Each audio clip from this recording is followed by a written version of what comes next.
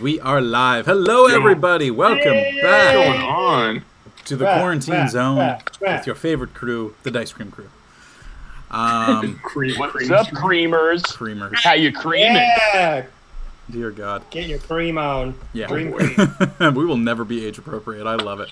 Not used Shout to out that. to my vegans out there. What's up, non-dairy creamers? Yo, we got them nut creamers in here. Let's go. Our little nut creamers. No nut creamers.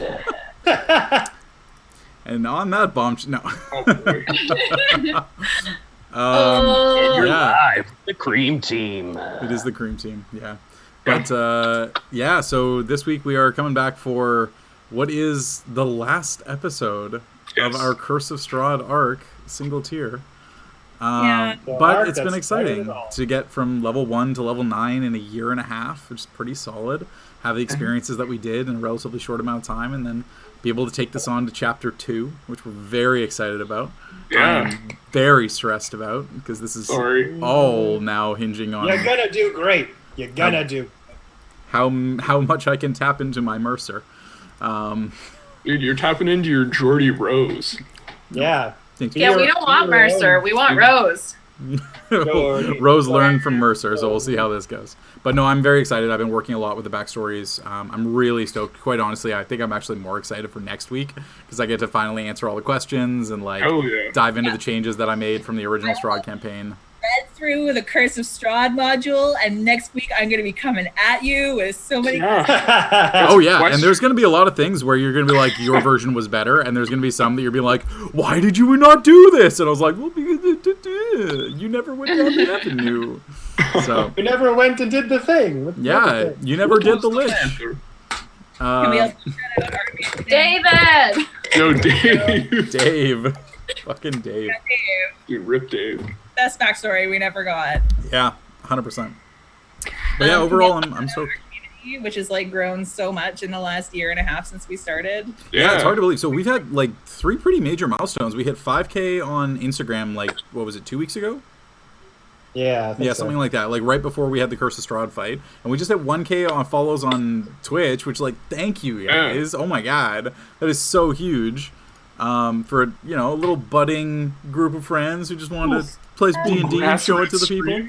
And folks are subscribing to us and hanging out. Yeah, it's getting wild. Yeah, make sure you hit that Amazon Prime sub button because it doesn't cost you anything and it helps us. Gives you better camera angles and more screens and all the different things. So yeah, so we're stoked on that. But yeah, do we have any major news this week? Well, we got a cool announcement Yeah. that we're going to be making right about now. So I've been working, I guess we all have been putting an input, and working with an awesome local dice maker here in Vancouver called Familiar Dice. And we've been talking back and forth about how he started off watching the show as a fan, and then created a dice making account, and he's very, very talented, really, really good. And yeah. Yo, shout out to Graham Crackle for the Twitch sub. Yeah, thanks, Graham. Sorry to cut you off. And then we started, chatting, get more familiar, and we were thinking if there's a way we could collaborate together. And my God, did he choose such an awesome route? He took it upon himself to create a custom-themed Dicecream Sandwich dice set. Yeah. This is not a drill. This is not a joke. It's wild. He literally made Dicecream Sandwich themed dice that has our logo colors in it. The top and bottom is brown with white in the middle. The numbers are all mint green. It's amazing. And we are going to, on here, officially announce a giveaway with Familiar Dice through his Instagram account at Familiar Dice. And we're going to be launching it tomorrow. Basically, you go to his account. We'll post the details on our Instagram tomorrow morning as well. All details will be on there, how to enter, all that fun stuff. But it's going to be through his account to enter. We're just going to kind of repost his rules and everything. But yeah, guys, very, very exciting. Can't wait to do it. This might lead to more collaborations with the themed dice in the future. I know he's very excited to be launching it. And yeah, I don't know if we can get a picture up. I don't know if that's possible. Yep, I'm getting on that right now. Give me 20 seconds. Seriously, you guys, Get these that. dice are so gorgeous. Yeah. Sharp edges and Yeah. then like But he fluffy. sent us a picture There we of go. it, and they could not have come out any better. There you are. Yeah.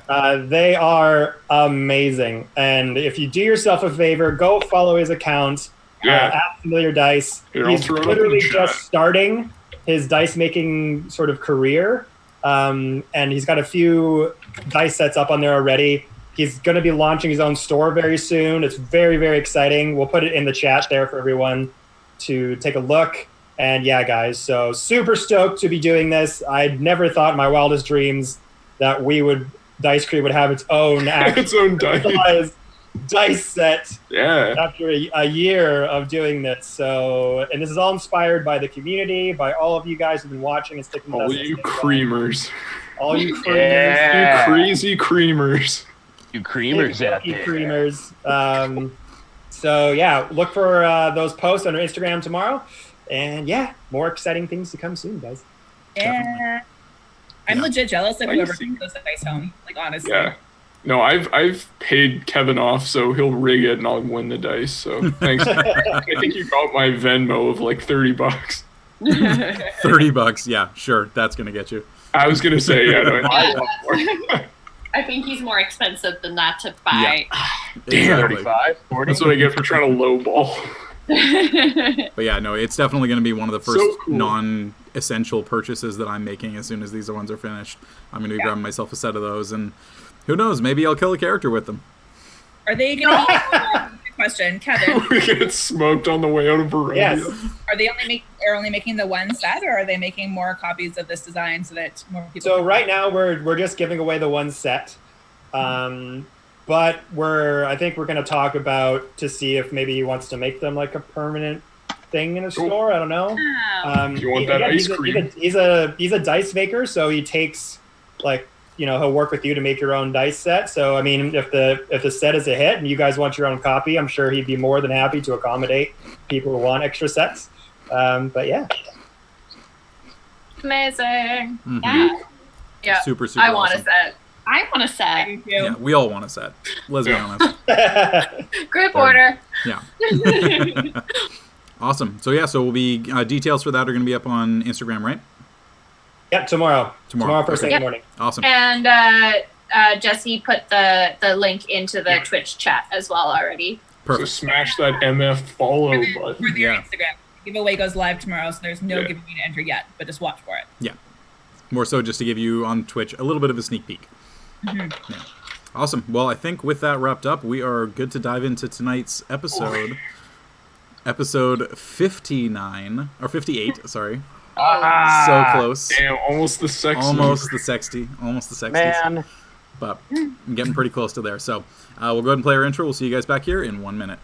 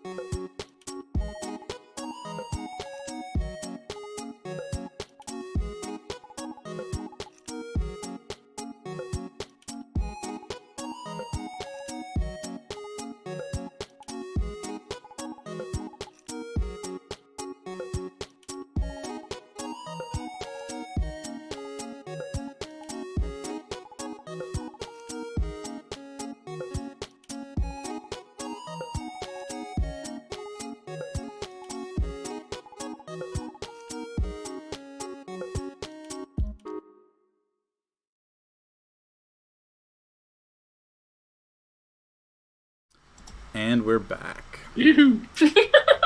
So, last we left off, the party having made their way through the lands of Barovia, visiting about as many villages and towns as they possibly could, before eventually finding themselves at the base of Castle Ravenloft, with the final confrontation with Strahd von Zarevich, the devil himself, looming ahead. a relatively short amount of time taken inside the keep before eventually descending to the deepest depths of the crypts, finding Strahd in his lair, and Allura with a blazing sun sword stabbed into the chest and ripping the center of his chest out. The devil himself appears defeated, crumbling to ash onto the ground, not turning into mist and returning to his crypt as you had expected. Rather, instead, disintegrating entirely. So, the party from there, making their way out of Castle Ravenloft, eventually found their way back to the windmill, where they had once holed up. Found a few of the Keepers of the Feather, the were-ravens who reside and keep watch over some of Barovia, including Danica and Dom, two of the more prominent figures within the were-raven ranks. That gave them a night of reprieve. Food was provided, drink was provided, and an evening was had where everyone was able to accomplish a bit of rest that was much needed and well deserved. We pick up the following morning with everybody having had a sound sleep, nothing disturbing them in the night, and waking up to a proper sunrise. No fog obscuring their vision, no clouds overhead, nothing but blue skies, birds above, and greenery below. The were-ravens, by this point, had all transformed back into their beast forms, had flown off to assorted different places, and the six of you awake on the second floor of the windmill. Your horses outside, the two wagons in tow, and the ability to go wherever you want. So what would you like to do? Who do we drop off first, kids? I think we're going back to Valaki to try and make sure that Irina's all right. Oh, that's right, Jensen. Well, yeah, we were gonna go seek her out, see if she's doing okay. Plus, I'm pretty sure Victor probably wants to go home. It's cool. Vic, how you feeling, buddy? Yeah. Oh, it's just him now. It has been a bit of a long trip, but I am very excited to be heading home. I'm excited to see my soon-to-be bride again. Ah, you crazy kids. I bet she misses you too, buddy. When is the wedding? It is not something that either of us are wanting to rush into, especially with times changing as they will now. I did not explain any of the situation to the people inside the village, so this is something that I will have to explain to them a little more. I could speak from experience. Don't rush into things. It never works out properly. Sure, Les. Thank you. That's good. It's good thinking. A good voice of reason from one who would not normally provide this. Ha! Oh, Victor. Yeah. But for Will now, we get you up and head out? I think some sleep, some rest, a little bit of quiet road travel will do all of us well. Alrighty. So you've got some of the leftovers, a little bit of food, some of the charcuterie, some of the cured meats and cheeses and crackers that were saved from the night before, able to tuck into those as a nice little breakfast or brunch. And Yeah, we eventually were hit brunching. yourself back onto the road. So you have now 4 horses, I believe. Yeah. Cinnamon, Marigold, the one that Aleth was riding and the one that Victor was riding, and the 2 wagons. So 2 horses pulling 2 wagons, everybody able to saddle up with no real issues. Oh, right. She didn't take the wagon. Yeah, she just No. dipped. She just dipped, she took the sword and left. And the rapier that we didn't realize she took. And the pastry. Oh We yeah, watched and her the drop moldy it. Or we month-old watched her pick it pastries. up in battle. Nice. You watched her, you saw her pick it up off the floor, or at least a couple of you in the room who were maybe paying attention might have noticed it, but you I never know. didn't. So, from there, we pick up on the road. Is there anything anybody would like to accomplish on the journey from here to Valaki? Better part of a day. You'll pull in probably pretty close to evening without tiring the horses too much. I'm gonna hand Elise the bag of holding because she's been doing such a great job of keeping track of everything in it, and let her do her thing. Awesome. Oh yeah, so I guess in game, because we've already kind of sorted this out outside. Yeah. That reminds me, y'all. Perhaps before we get back into town, and anyone wants to, buy something to reward themselves for Get a little Valaki snow globe. Blinsky bling on the way out. I'll just divvy everything up. I've been keeping track, so here's kind of what we all get, and I pass out all the Barovian coins, some to everybody, the Sword Coast coins, some to everybody, and some of the various loot and gems that we have gotten. And Jordy, I did a lot, so it's all even and divvied up. Yeah. Doctor, are you going to be working on Rick coming back? Rick's got some stuff to do. I'm not R&R. super. Yeah, he's deserved a little bit of R&R, I think. Okay. Yeah. Roasted by the fires of hell. He's just toasting a marshmallow. In his sunglasses and board shorts. Anyone want Lloyd outside of the wagons? I'm actually, the whole sun thing doesn't do a lot for me, so I wouldn't mind staying Fair. until I can ride up front with Hope. Well, there's 2 wagons. Someone needs. Okay, I can drive one. I mean, I've got a bit of experience driving a horse-drawn cart, but I can handle. I wouldn't say I'm very good at it. I would say I'm practically neutral at that. If anyone else I can wants to do that and is I'm all right. I'm not bad. more experienced, Doctor, if you want to. I'll take a kick at one of them. Take a little spin. All right. So go ahead and make an animal handling check at advantage because Victor's going to be helping you as well on the other cart. All right. That is a 15. 15? Not much of an issue. 2 horses bridled up properly on a wagon. Don't exactly have many places they can go. You're able to keep them under control. Following in second behind Hope's lead, you're able to pull out quite smoothly, and the ride continues on the road back to Vallaki. So, progressing throughout the course of the day, a couple of bird chirps in the air, a couple of sounds of howling wolves off in the distance. Nothing over the top. Nothing more than you would ever really come to expect from these lands. But a little bit more greenery. Even though nothing really changes in a day. Looking at the ground around you, seeing the straw on the ground and all the dry grass. Some of it just seems to be perking just a little bit more towards the sun. Something they clearly haven't seen in far too long. Passing without any incident, is there anything anybody wants to get done on the trip to Vallaki? Actually, Leith would have kind of tried to get into the same wagon that Leaf was in, and at some point she sat down next to him and just said hey, I want to thank you. It's twice now. It's been my time, and you've brought me back. And that's something I never would have thought I would have from a comrade. And I can't say I'm not curious to know what's beyond or to be reunited with some people who are waiting there, but I really appreciate that you were there for me. Well, it's... everyone's got a role to play in the party, and guess I'm just doing my bit. That's really all I can say. But it's I'm happy to have you here, Leith. It's been a pretty wild month, and it's been a month. Feels like it's been a lot longer, obviously. It feels like it's been a year and a half, but it's I'm happy to help. I'm just doing all that I can, and I think that's all we can do. But I'm sure we'll be good moving forward. You have a lot of generosity to spare at Leaf, and I'm really proud to be your friend. Oh well, likewise. I can't really say I've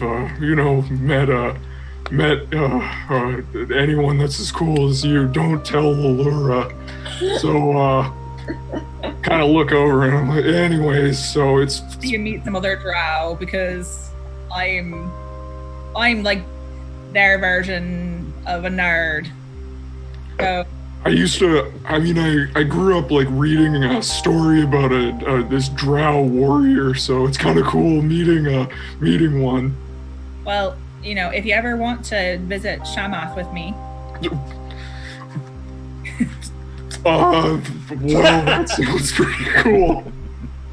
And if you were to say that, how would you spell that? You might spell it with like a million S's. Okay, I'll take that later. Way more S's than you should rightfully need. Sweet. Am I in a wagon with you two, or are we in separate wagons right now? There's two wagons. It's up to you to decide who you're with. Yeah, I was gonna say, I'd say Leith and I are in the same wagon. We're probably big chillin'. I just didn't know if I was hearing this or not. That's all. I don't know. Were you? Yeah.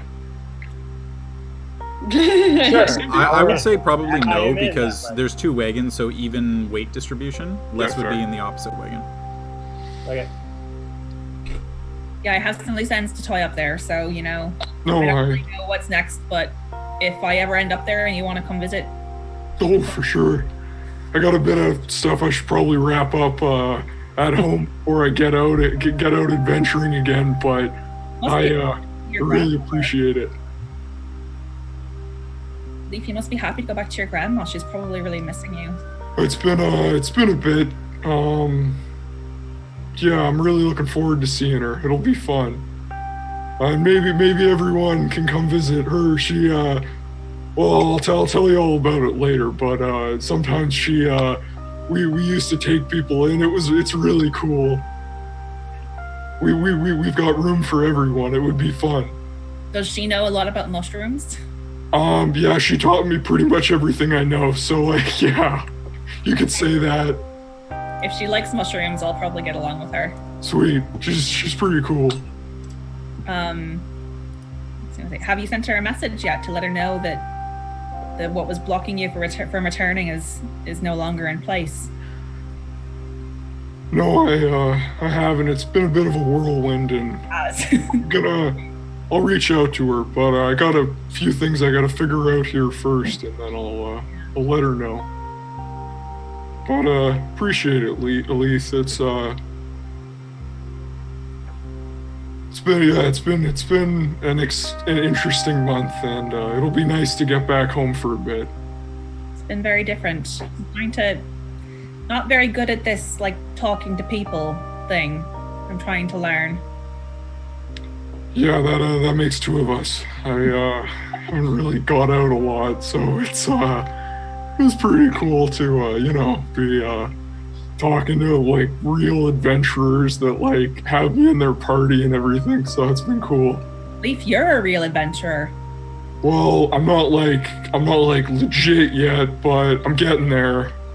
I think we just killed a master vampire. I think that you are legit now.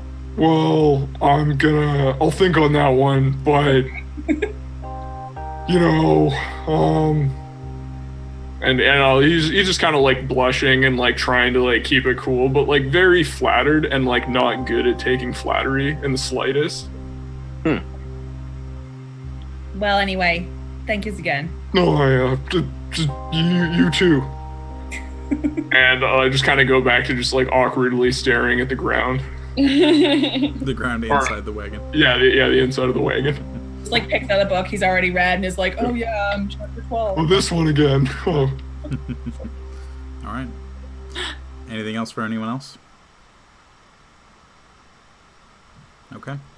So, pulling out through the rest of the day, eventually finding your way along the road, finding your way back. As darkness begins to fall, you see the gates of Valaki off in the distance. Good 15-20 minutes away, nothing too far. And you pull up to the exterior of the gates, a series of torches lit, archers up on the top, looking down at the convoy of the black carriage of Strahd following in tow from the carriage of the party that they knew were heading off. It's chill. The daddy wagon first and Strahd's carriage following it. Yeah. Doesn't it also have a giant dragon skull on the back? Yeah, it does. You're towing a big On the roof, dragon. yeah. So definitely a sight to behold, and you notice that there is quite a heavy guard presence that begins to come around to the top of the tower, and eventually Burgomaster Vargas Velakovic ends up stepping out into the center of the square and just kind of looking a little bit and seeing you, Hope. Can I just be like waving? Just And Victor was on his own horse, wasn't he? Oh no, we had to have No, the you horse tied up. them up, but he was helping drive the second carriage, so he would have hopped off.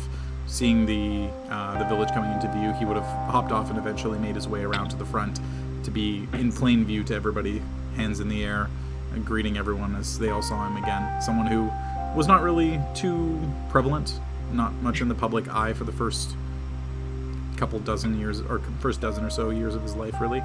But eventually now becoming a little bit more common as he and his soon-to-be wife begin to make their way out a little into the village. How old was Victor again?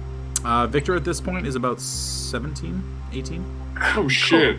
He's like full like anime hero. Yeah, he's Sasuke. I did it! Yeah.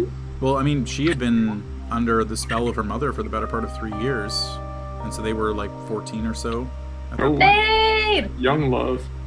Deep ends. And so he kind of raising his hands up a little, and you see that there is a fair bit of tension still among the guards as the Baron kind of comes around and starts instructing everybody, lift the gates, lift the bloody gates, and get them up. And eventually, gates are raised, chains are removed, and you are all allowed back inside as Baron comes over and gives his son a big hug. And then the lady comes over as well and immediately wraps herself into his arms, and he picks her up off the ground and just kind of like carries her a couple of steps off the side of the road as you begin to make the 2 wagons starting to make their way inside. So, Hey, should I turn into Strahd? Would that be a fun bit? Well, you never know. We could, We made him our friend. yeah. He's good now. What? I only drink carrot juice now. I'm like Banicula. Oh, that was a deep cut. Thank you. Oh. When have they not been? so Stella kind of makes her way over to you and just kind of like does a very deep curtsy to everybody at the party, and as Victor is walking up beside her, and she just, I wanted to thank you for bringing him back. Bringing him here safely. Back to me. Back He to was us. very helpful to us. We were really lucky to have him. You did good, kid. He was very brave. We couldn't have done it without him. We deeply appreciated his help and him being there. And he's just Jeez, kind of like, he's kind of, like poo-pooing the, oh, please. This was all of you, really. I was simply there to assist as best I possibly could. My Yeah. little... Take the compliment. Thank you. Again. There you go. Well, The other one, we couldn't have done it without is our fallen comrade, Casimir. And then Elise kind of like nervous saying this, but she wants to just kind of like, okay, all these people. You all have never really seen many people like me or like my friend Les here or Hope or even Leaf, but Casimir looked something like me, maybe a little bit closer to your complexion than mine, but other folks like me are living in your lands. There's dusk elves, and they're trapped with the Vistani. And Casimir risked his life to free Yiz and everyone else in the land of Barovia from Strahd's reign, and he paid the ultimate price. I can't force Yiz to do anything, but I think a fitting gesture of gratitude for his service and the price that he paid would be to be a little more welcoming. And if the Dusk Elves need to escape the Vistani that they're with, to welcome them into your town, I'm sure they would contribute. Elise sort of like steps back. go make a persuasion check for me. Cool. Neutral. Got this. 18. You see some kind of murmurs up along the top, and you kind of catch the Dusk Elves. That was over there cold, right? Yeah, Dusk Elves. And then, like, the bows are still trained a little bit, like as if they're expecting Strahd to just hop out and just start attacking people, but nothing comes, and eventually the tension on the strings is released a little bit. Some of the arrows get taken away from the bowstrings and I'll eventually like tossed my into cloak quivers. eyes so you can see that I'm wearing Strahd's armor. And they instinctively immediately redraw their bows and look at you and just kind of like, He's fucking dead. I'm going to show turn the myself hip- into I'm Strahd gonna and show say, the- I'm dead and loving it. Blah! I'm gonna show the hilt of Strahd's sword on my belt just to like signify that we So have stuff. they recognize the armor, you holding up that sword. They all just kind of like, none of them have ever seen that sword before. Be glad that you never have that. They weren't high enough level. I'm going to pull out the hilt of the sun sword and then look at Elise to indicate for her to kind of back up. And then I'm going to light the sword and say, this sword is the sword of sunlight. He has been slain. Go make a persuasion check. I'll say at advantage because of the sunlight.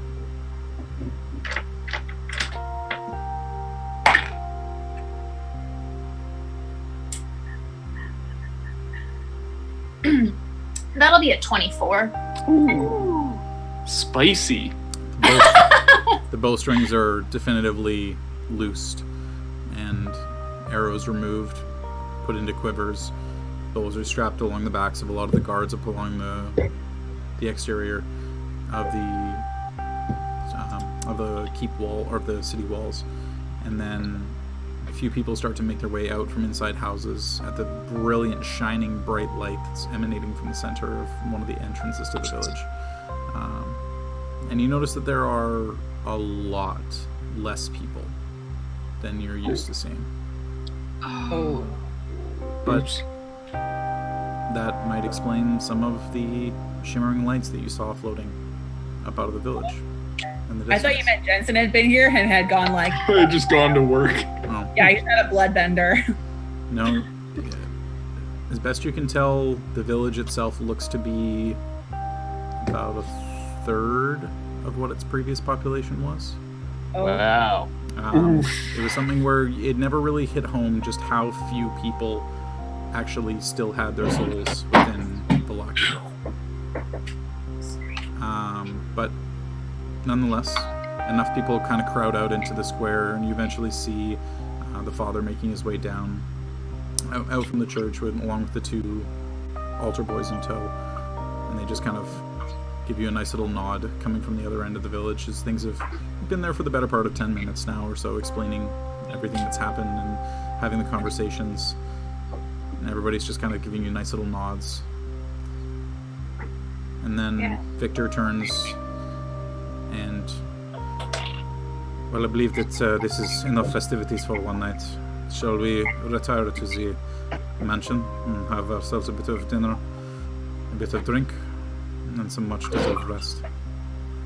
What time is it when we're getting into Valaki? Sundown, give or take 7 o'clock, 8 o'clock.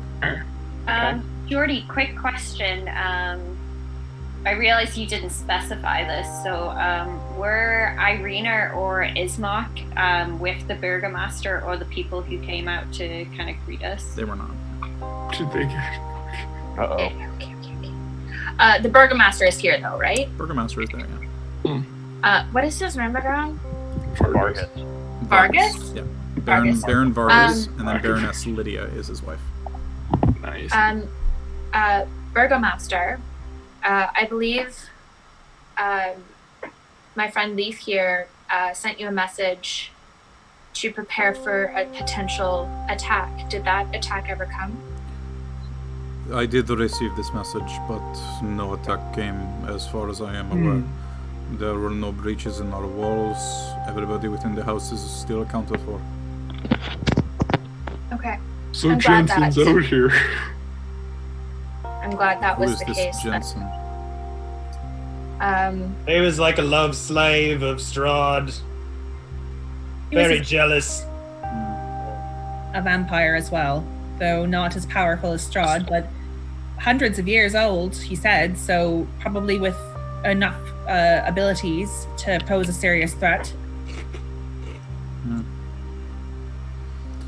I can definitively say that there has not been anyone with that name or with that description inside the walls, at least in the last 24 hours. Good. Would we, when we go back to the mansion, will Irina and Ismok join us? can't see why not. I mean, if the situation is as you and Victor describe, and the devil is dead, truly this time, celebrations are in order.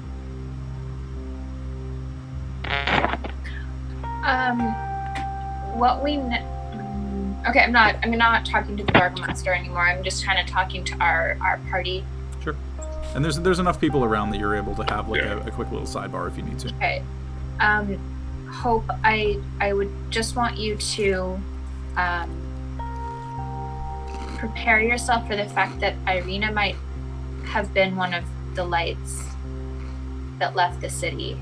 I was thinking the same, because if she did truly bear Tatiana's soul, she's one that's been come back many times. Might have been raptured. I hadn't thought of that. Okay. I just don't want you to be disappointed one way or the other. I'm gonna nod like I understand what's going on, but I have no clue what people are saying. Yeah. Understood. Yes. That's. And yeah, Hope just kind of gets a little bit quiet and just kind of reflective. Shall we? Yes, let's. Okay. Alrighty. And so the two caravans, one after another with the horses, are led through the streets. And a few people out on the street, you get a few kind of somber claps from just a few outside. And then some others are giving looks of scorn, almost. Like, they don't really know what to think. They just saw a lot of people in the middle of the afternoon just turn to dust in front of them. And some group claiming to have killed Strahd just came in. So. Yeah, I was gonna say. Yeah. God, Thanos snapped. Yeah. The greater good. But The neutral good. neutral good. Either way, Jordy, pushing. I understand this. Was it the people who didn't have souls who disappeared, or the people who had souls that had been reused more than once? The people who didn't have souls. Those were born without souls. Okay, that's what I thought. So actually it wouldn't be Irina then. But there was a lot of people who were soulless who would have been like, poof. Yeah, they would have slowly Right. just turned to ash and eventually dust and then floated up in shimmering light. Right, Okay. But you do eventually hit the center of the town. You recognize the way off to the Blue Water Inn, just a little bit off to your right, but you turn south with Baron Vargas and Victor leading the way, eventually down to the Burgomaster's mansion, where the horses are led off to the side, given feed, and given a place to rest in the stables for the evening. The wagons, likewise, are kept inside the barns. You're able to secure them, obviously, with no real issues. You do go to the front of the door, and the Burgomaster himself actually opens the door. And you notice that one of the people who's missing is Oh no! the servant. Yeah! He was Oh. Looking forward to like scaring that guy. Oh man. he was a rather mundane fellow at the best of times, and he was somebody who had existed without a Kinda soul. makes He was the sense, I best of guess. us. He was the Take best. that, Chuck.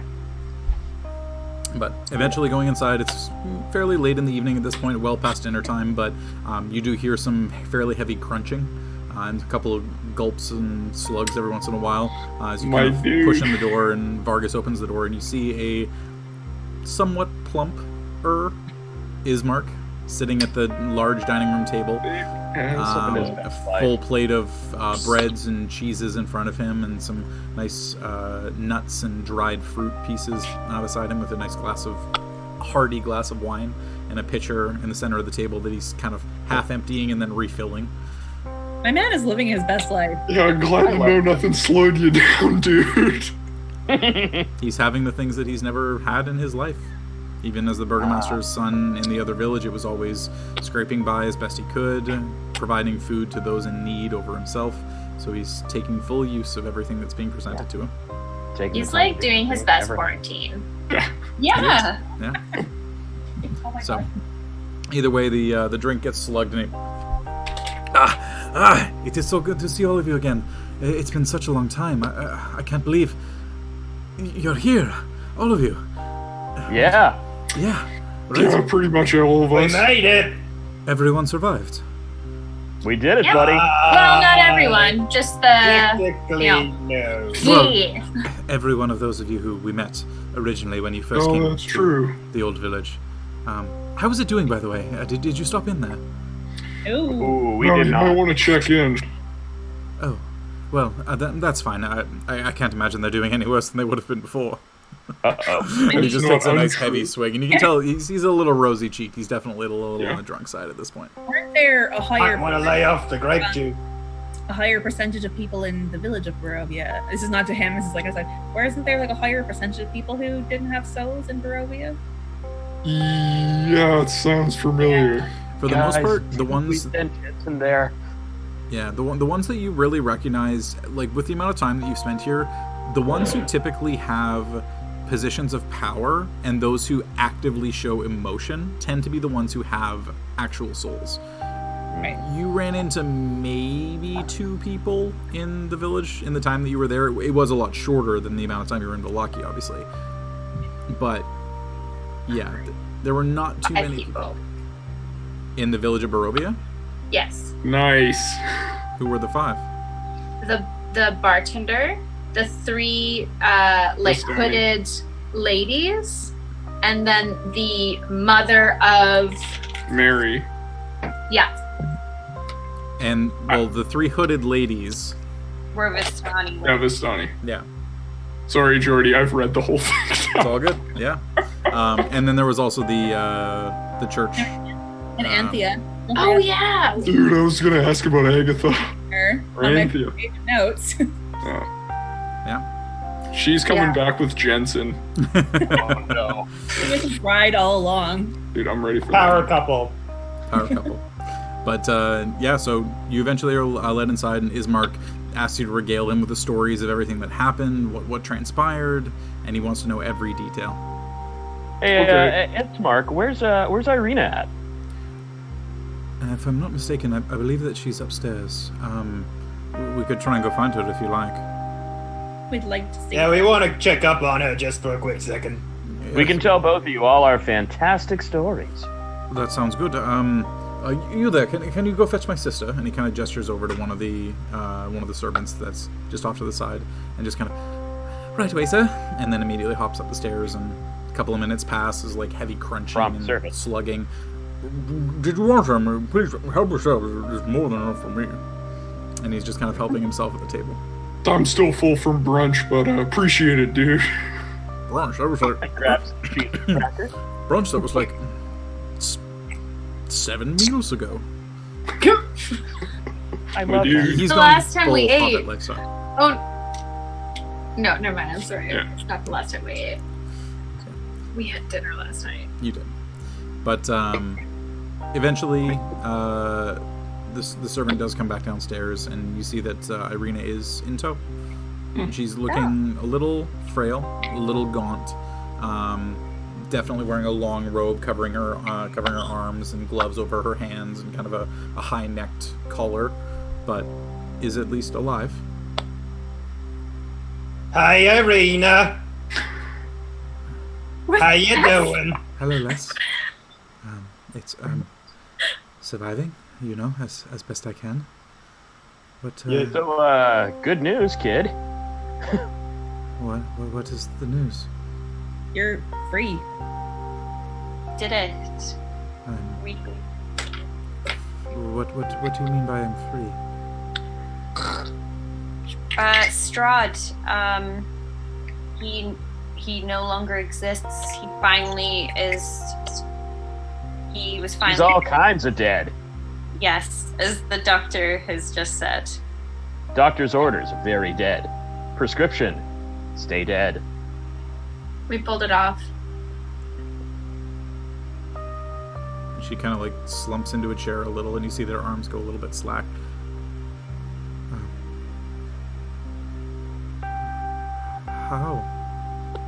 How is this possible? Well, this lovely lady over here Chest. did the final deed. It took a lot of hard work and a couple lives lost, unfortunately. But They were NPCs, though. Don't worry about it. Doctor! Victor, That was Jesse. This? Very clear difference in voice. I know. She just kind of like, you can see a little bit of a smile cracks the side of her mouth when she's. Tell me exactly what happened. I need to know. That one might be on you, Allura. Sorry, what did you say? Tell me exactly what happened. I think you got this story.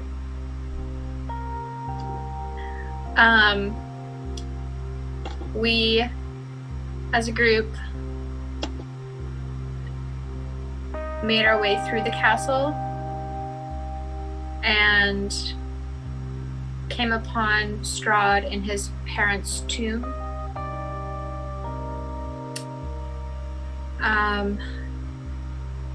We lucked out a few points. His mother's tomb gave us a little bit of information that helped us, and in the Amber Temple, we came across this, and I'm gonna check where Alith is in relation to me, and if she's out of the 15-foot radius, I will turn it on. If not, I'll move to where she would be out of my 15-foot radius and then turn on the sun sword. This we found at the Amber Temple, and then I'm gonna Flame juggling. and Zip that Strahd zap. was particularly susceptible to sunlight. This is a sort of sunlight. He fell, and he did not return to his tomb. He has fallen. Could make a persuasion check. Persuasion check? Yep. Advantage? Straight roll. 19. She kind of. May I?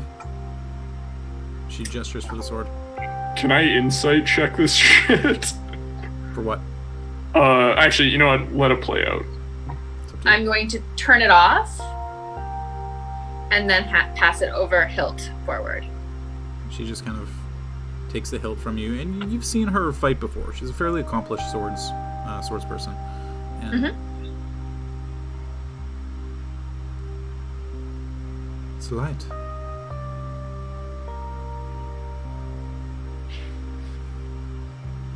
She just kind of like holds the sword and just like really like tightens her grip around it, and like closes her eyes, and you can see some tears just starting to well at the side of her face. She just, oh, sorry, go ahead. she just kind of. So it's done. Then it's finished. Finished. Real done. There's something more, I think, no. And I like pour a glass of wine and hand it to her, and she's already sitting down. So, and I reach into my passes the bag. hilt back to you. I reach into my bag and I pull out Strahd's diary. And I open it up and I say, "We told you before that you had the soul of Strahd's bride, and that's why he was coming after you. And we were mistaken. He was obsessed with somebody who perhaps you share a soul with. We don't really know. But that woman, Tatiana, she was not his bride. She was the beloved of his brother, and she died trying to escape Strahd. She did not want to be with him. If you ever felt that there was something drawing you to Strahd or connecting you to him, it had nothing to do with you or any part of you. It had to do with him, his corruption, his manipulation, his inability to take a no for an answer. So I hope with this, you really truly will feel free." Forgive me, this may be a rather basic question at this point. Strahd had a brother? Oh yeah, he did. Yeah. Murdering his brother was part of what allowed him to gain the powers that he had. have I never heard of this? Who is his brother? Man has ruled your land for centuries. He's erased any record of his brother outside of Castle Ravenloft. No one knows that he existed except for Strahd himself. This book right here that we have. And the book, and She perhaps just his kind of- servants who don't know. She kind of gestures for you to pass the book over to her. I don't as care. well. I hand it over to her. Yeah, kind can of- I be watching White kind reading. of Irina throughout like Elif talking through things just to kind of gauge like what emotions are like visible?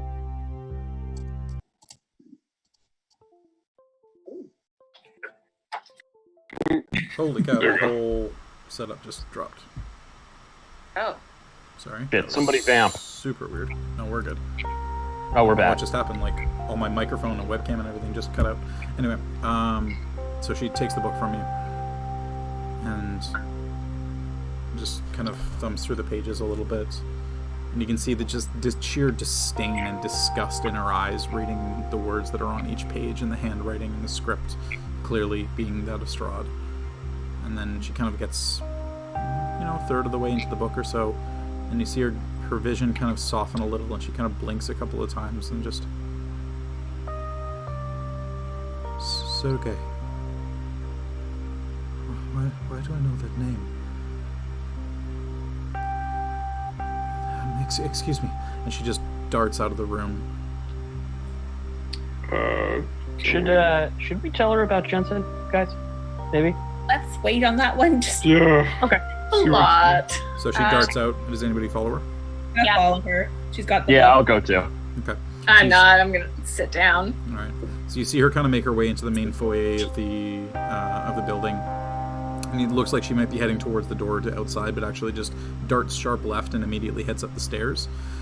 And you see her kind of catching the top of the stairs and turning right and opening the door into her room, and ends up coming Call out back. to her. Sorry. Kind of, I call out to her before like she, like if she's in view, can I like call out to her to try and kind of let her know that like we're kind of going after her, kind of thing. Oh, she's just on a mission. She doesn't really care what any of you are doing. She's just running up to her room. Just letting her know that she's being accompanied. Hopefully, she's not going to be surprised by the fact that we're with her when she goes into her room. Okay. I don't know. Yeah. So she disappears into her room and is in there for just a couple of seconds as you guys are all, rushing. Kind of her darting out of the room was so sudden that you all got up from these chairs and like pulled them out and tried to make your way after her. And then you notice that she steps out of her room and she seems to be holding that same book that you saw all of her insane scribbles in the last time that you were there. I'm not crazy. I'm not crazy. I'm not crazy. Yeah. Over and over again. And she flips through most of the book actually. And eventually comes to near the end, and just kind of like looks at the book and then looks back at the diary, and then she just kind of like, her entire posture just changes. She goes from like this, very wanting to become like a smaller person kind of thing, like her shoulders slumped, her body not really standing with the same weight that it's used to having, and then there's just this little bit of a rise in her body and like shifting her head to the side and blinking a few times. This name, this man. This is why I haven't been able to sleep.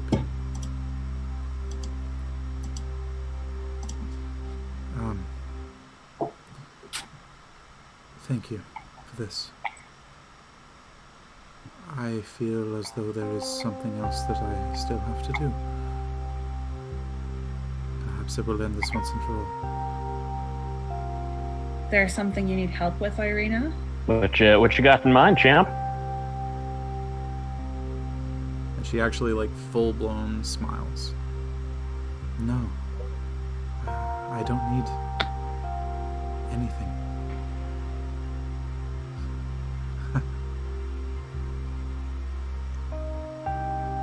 Thank you, all of you. Are Tatiana. you feeling at peace? And you notice that her voice has changed a little bit as well. And she just kind of... I'll never forget this. Any of you. And she kind of like goes to move past you and starts to make her way down the stairs, still holding both of the books Can I insight check to make sure, like, it doesn't sound as though she's going to be, like, harming herself in any way? Sure, go and make an insight check. I was thinking the same thing. I was like, Yeah, go for it. This isn't like a final resolution for her, is it? Yeah, 22. I have really good bonuses usually, but that was only a 3, so 12. 12, okay.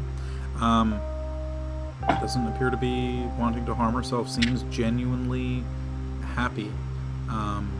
The term "at peace" kind of comes to your mind. And then she just makes her way down to the bottom of the stairs, and you expect her to turn to the right and head into the room, and she just kind of looks over.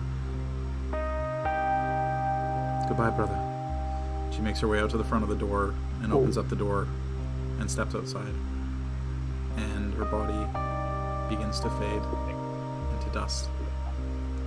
Whoa.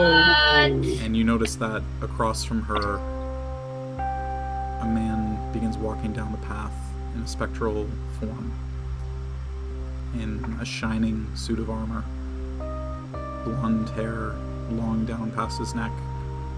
And he kind of just gestures a hand forward, and you just hear, "Tatiana?"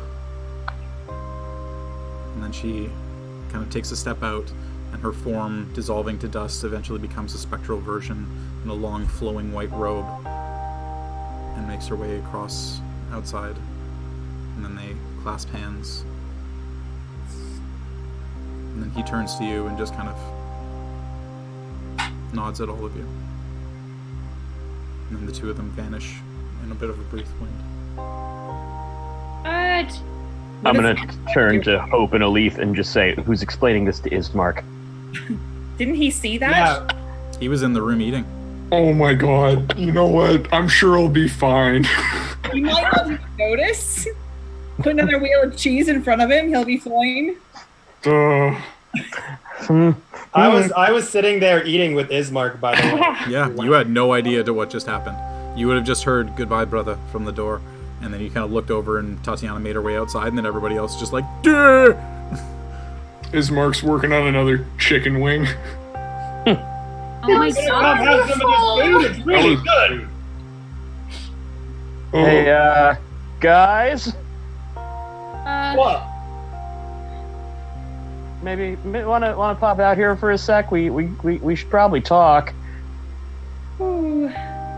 Yeah. Is it about the type of wine you want? I'm sure they got plenty. Sure, it's about the type of wine, Les. Get your Yeah. ass out here. I turned to Alright, Hope alright. and say, Hope, are you alright?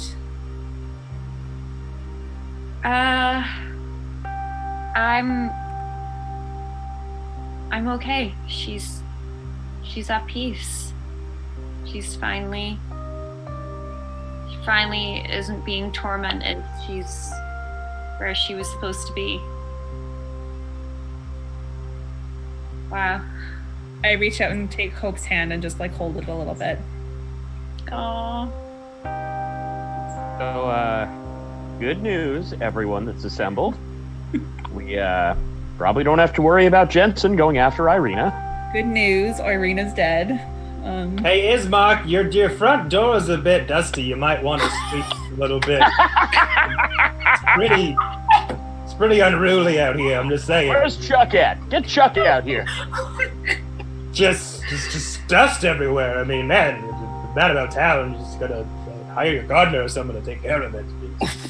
What I hear, anyways. I don't know. Hey, Les, buddy. Oh, yeah. let's quit writing "clean me" in the dust. It's like Irina got, and Charles's dust mixed together at this point. Oh, I got news about that dust, buddy. What's that? That's I'm just gonna mouth the words. That's Irina to him.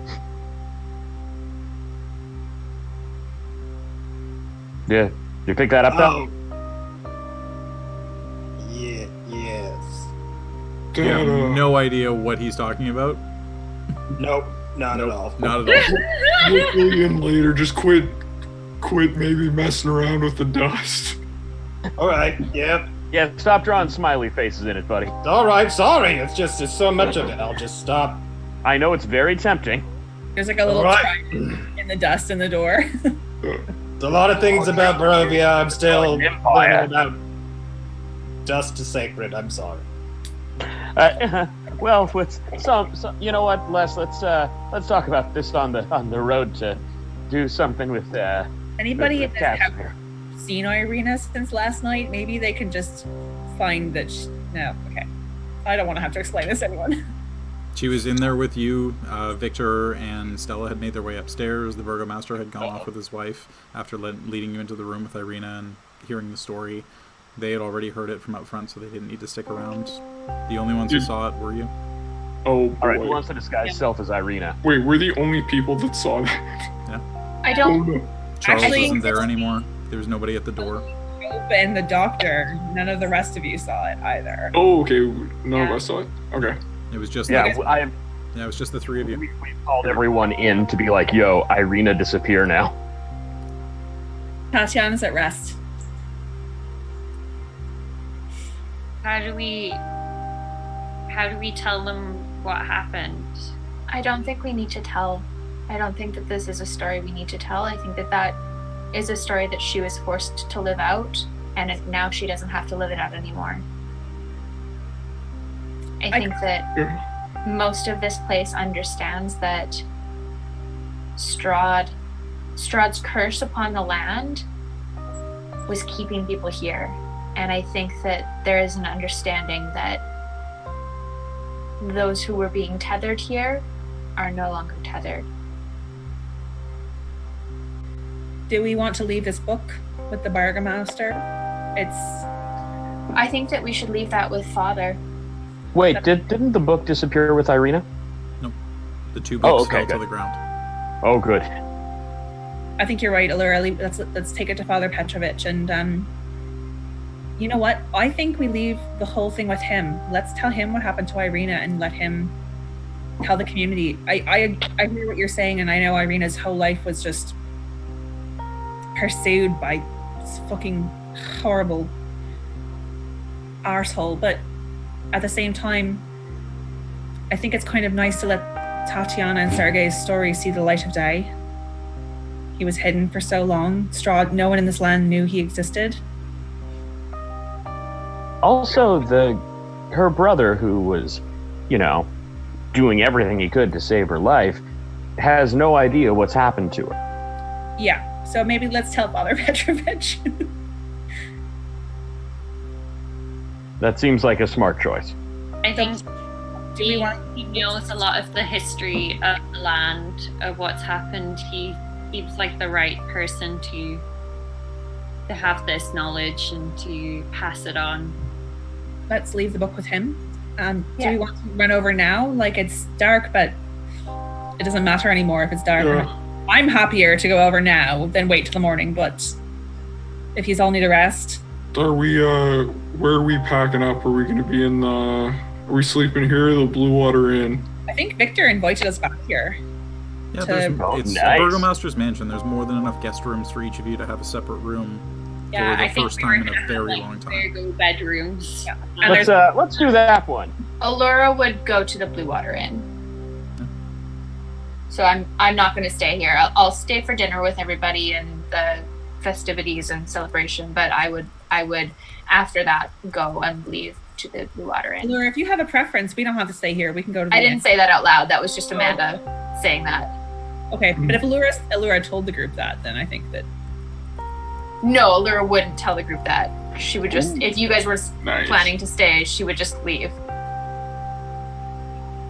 I mean, I got some business at the Blue Water Inn myself. I bet you do, buddy. Yeah, you do. Well, let's go check in with Father Petrovich. How about? Yeah.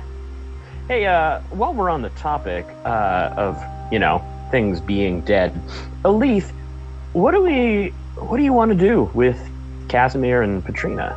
tomorrow I want to go visit the Dusk Elves, and over dinner I would like to talk to Victor and possibly the Burgomaster about formally inviting them to come to Vallaki.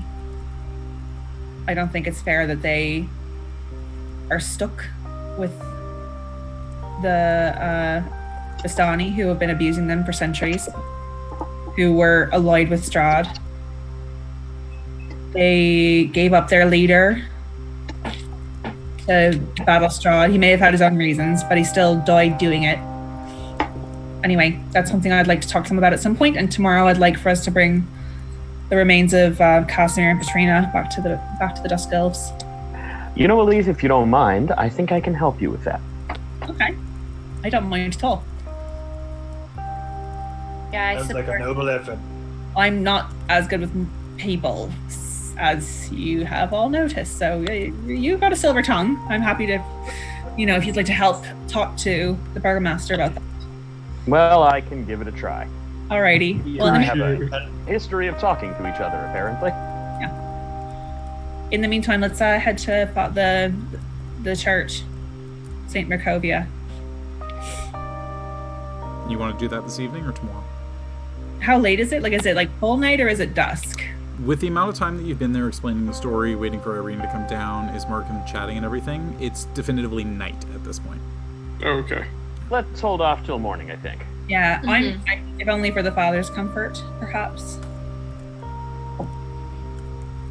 Yeah, the lands of Barovia don't exactly have a good track record with nighttime visitors. No, but the longer we wait to talk to him, the more likely it is that we'll have to explain what happened to Irina. I think we're going to have to explain it either way. He didn't really seem to,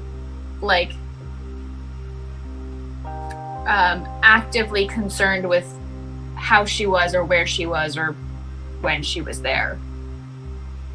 Who? Her brother? Yeah. Ismark, yeah. Yeah. Not particularly. I mean, she's been around his Yeah. whole life. He's been around for quite a bit of it. They've gotten on each other's nerves as siblings. But you didn't really know much beyond that between the two of them. Mm-hmm. We can go tell him he's an only child now. Yeah, and every time we ask him, he's like, I don't know, she might be in her room. I wished her away. It was me. I made my family disappear. I asked Santa to make my sister disappear, and now she did. Oh no. Monkey It's a paw. decom right there. Oh. All right. Cool. So Hey, in the morning, we'll go see the father, and then we'll. Head to Argenvost. Sounds like it. Well, Well, we'll Just do kidding, what yeah. Elise kind of Oh wanted. yeah. Yeah, the Well- study first and then Argenvost. I wonder if now, because theoretically the lands have rejoined, I wonder if the Dusk Elves would be free to do. whatever they pleased. They would, but I'd like to be able to offer it to them. They've been in this land for centuries. They may want to return, but to be honest, where I'm from, Dusk Elves aren't that well thought of by the Drow anyway. They're kind of outcasts. They're not really part of, the Wood Elves, the High Elves, or the Drow Elves. They're kind of outliers. So they may want to stay here if there's a positive place for them, and I think that they deserve that. Yeah, perhaps we can discuss that over breakfast before we go see the father. Yeah, that's a good plan. Sure. I mean, I was thinking the Burgomaster's probably in really good spirits right now. He's He just got his son back. He just had a big fancy celebration for all of us. He's probably feeling pretty generous. Have we had this? I don't think we've had that yet. I think we just got to the house and it's just Ismark eating cheese. So if you're having dinner here, then probably that's the time to do it, I guess. yeah. Just a block of cheese. This big We've all old been wheel. there. He's just spinning the wheel. Cheese. Just chawing on a $6 loaf of cheddar. My dude. He's working on his night cheese. Night Alright. cheese. So, Allura, you were heading to the Blue Water Inn to spend the evening. Yeah, I would have waited till no one was watching me and snuck away.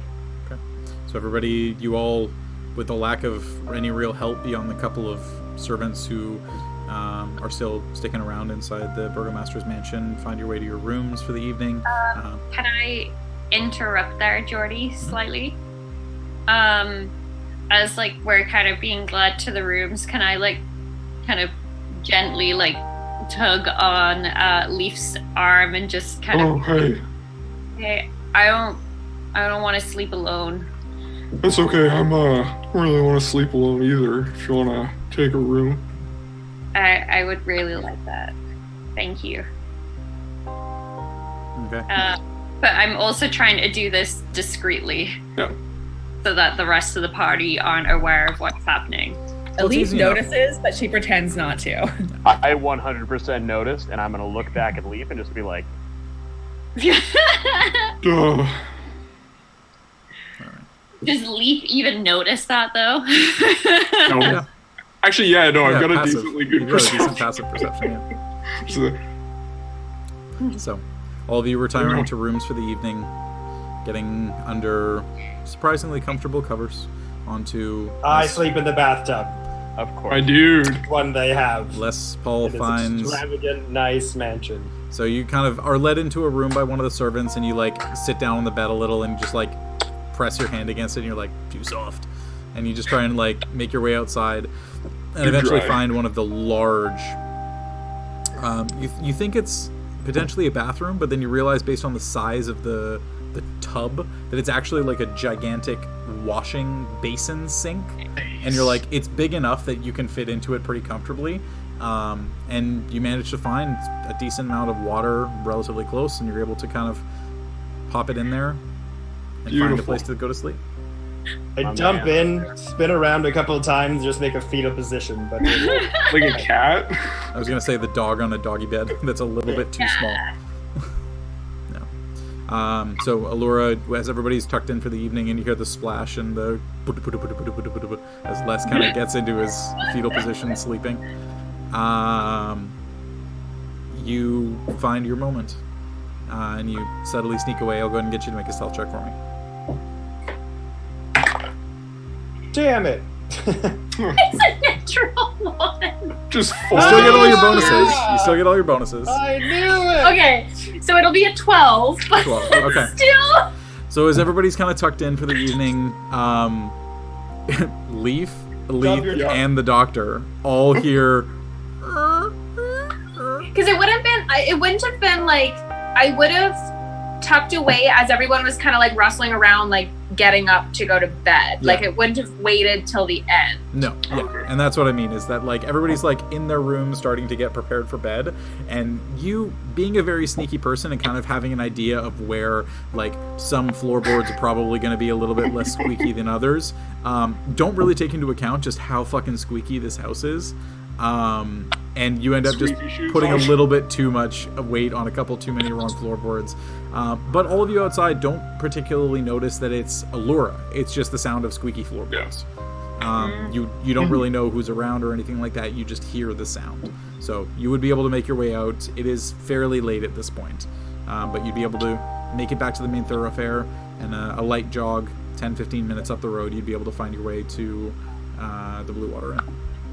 Alright. So ducking inside, there are a couple of patrons still there. You know, it's fairly late at night, but a lot of people are pretty heavy into their drinks. With the day that transpired the day before, the night that transpired, and now the day of everybody waking up today and realizing just how many people are gone, there are a lot of heavy drinks. But Danica is doing her best to calm everybody down, keep everybody in check and in line, and you are able to easily have a conversation with her. Danica, I was hoping to get a room if you've got one free. Of course, my dear, this is something that we can always provide to you. And It I'll will be... pull out, what is it? Chart. It's like a silver or a gold piece? Honestly, it doesn't worry tonight. Would you like the state room? No, not like the big one. Yeah. No, I'd rather have the smaller room. A small one? Whatever you can find upstairs. Thank you.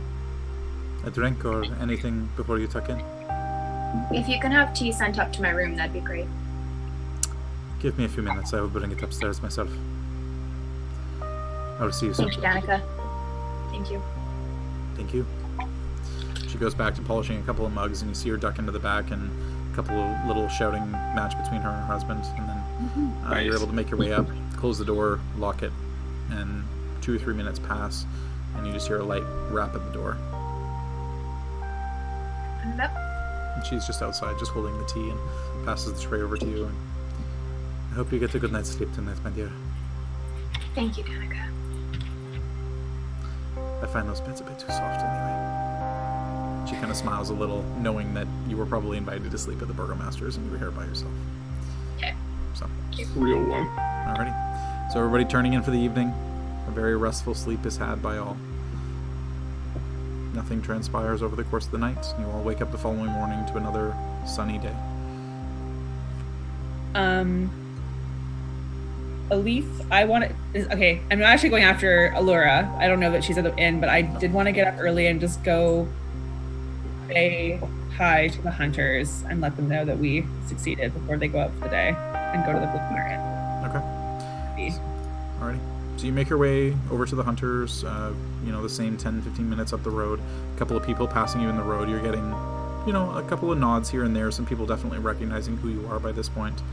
And you eventually make your way up to the top. And inside, trying to make sure that you're there in time. You step in, and you notice one of the two brothers. Oh, dang. Oh. Snap. Which one is it? You notice Zoldar is there, the one that you always have the conversations with. And his brother Yevgeny, that he always seems to be snapping awake. Yeah. Ah. They weren't brothers, but they were brothers in arms kind of thing. Okay. But the one he was always having to snap awake and kind of get focused on things, he seems to be absent. I go over and take a seat at his table and sort of make eye contact with Danica, and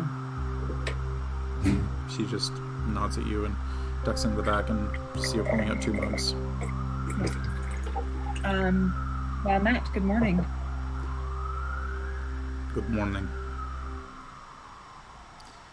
I think I know what's happened here, but would you like to tell me anyways? Out hunting for the day yesterday. Taking our usual route. I emerged into the clearing. Yevgeny did not. Could not find him. Assumed that's the worst had happened. Something had grabbed him, dragged him under. Into the water, perhaps, as we were fishing at the edge, but get back into the village and realize that I am not alone. Family members, friends, people who've lived their lifetimes in the village, all gone.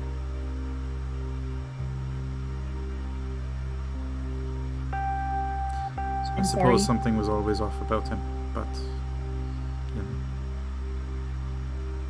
Someone doesn't need to be perfect for us to love them. I wouldn't say love, but good company, at least. Insight check. No. Player. I wanted to thank yous because the bow you gave me has come in very helpful, and I'm sure, I don't know, maybe not, I'm not sure. You may have heard by now that the devil is gone. I heard some of the discussions that had transpired around the village last evening. It's good. It's good. We didn't know this would happen, that those without spirits that had been recycled through this land would be gone. And I'm sorry for our part in that.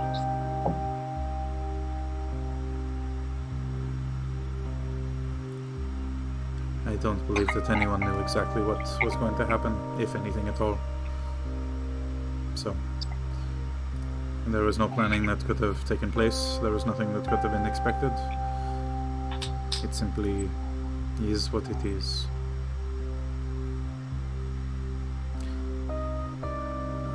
If you ever want to join me on the hunt, I'm not exactly sure where this world is going to go moving forward.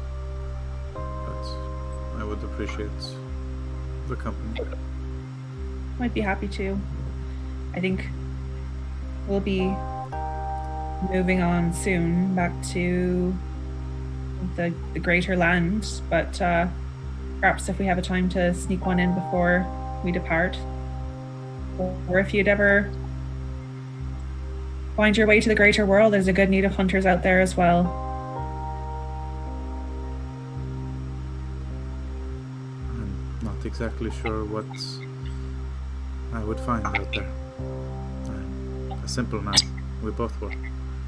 So, perhaps in another life. Dang, this is heavy. Okay. I think I want to give him something, but I don't really have that much to give. That's Yeah. a goat coat. Oh yeah, the goat coat. Yeah, actually, okay. So, Goat coat! Rick just flies off. from one hunter to another, this is a token of my gratitude for all your help. Take the goat coat off my mantle, and you may know that this was a goat of some renown on the pass of Mount Baratok. He was slain.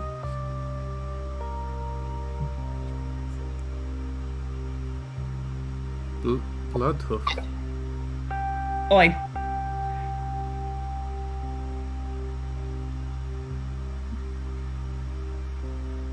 You see, crack a bit of a smile.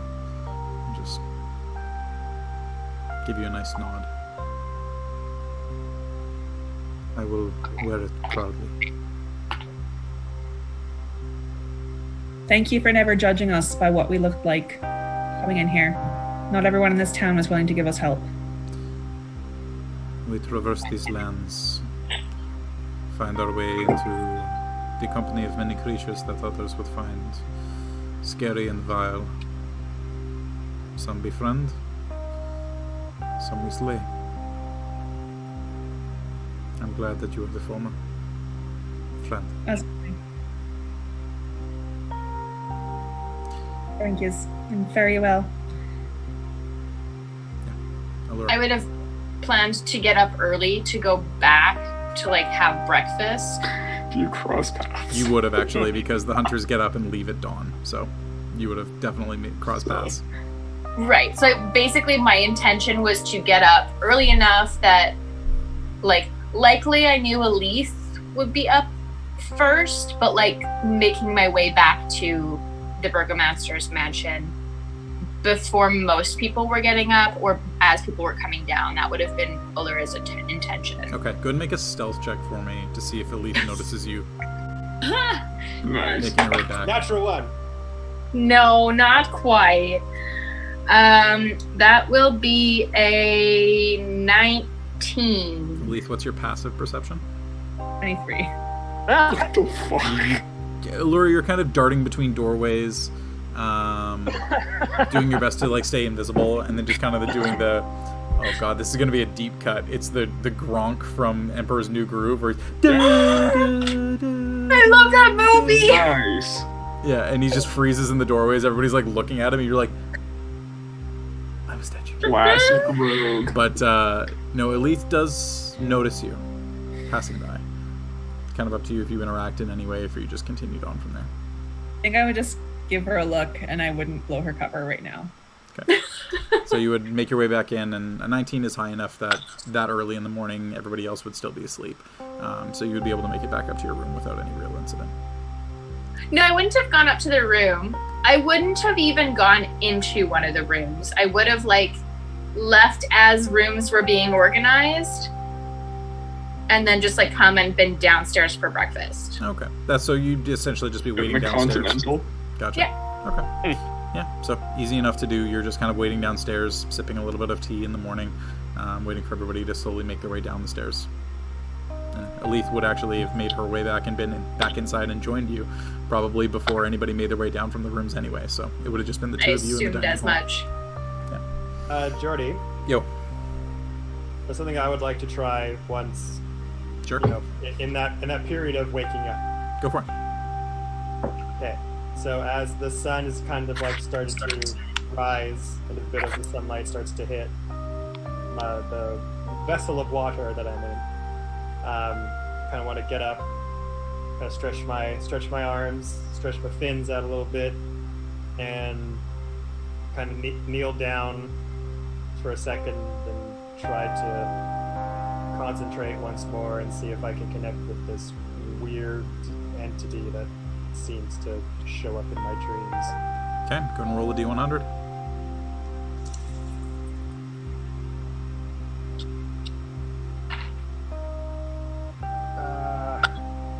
I got a 40 and a 0.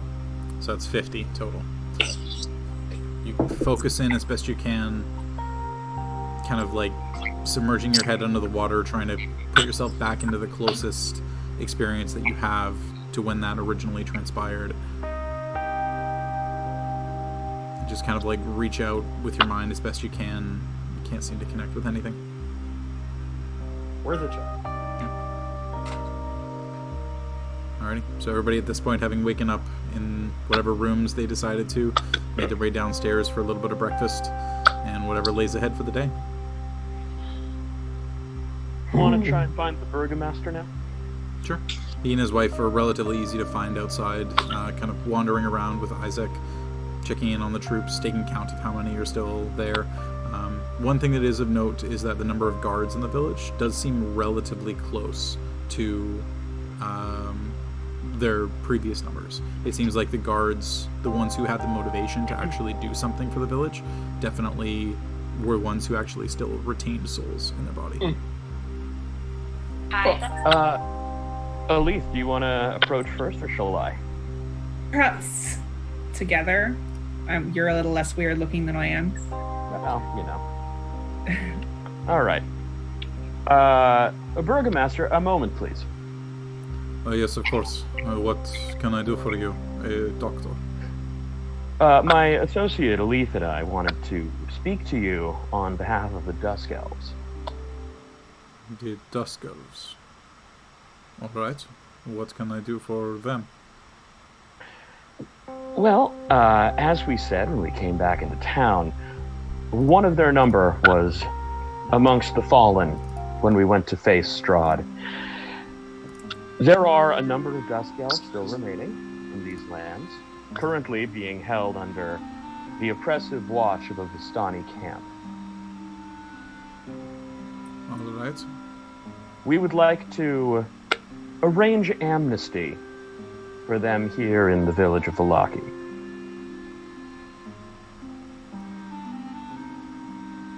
What would be expected of us? Simply the patience and the kindness to accept people into your town. We noticed that there is a smaller number of townsfolk here than there were last, and certainly there are probably some roles in town that may need filling.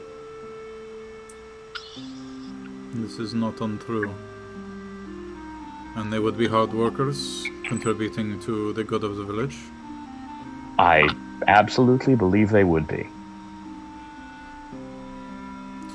Do they have some kind of person who, I don't want to say a leader, but someone who could represent them at a discussion with myself? They did.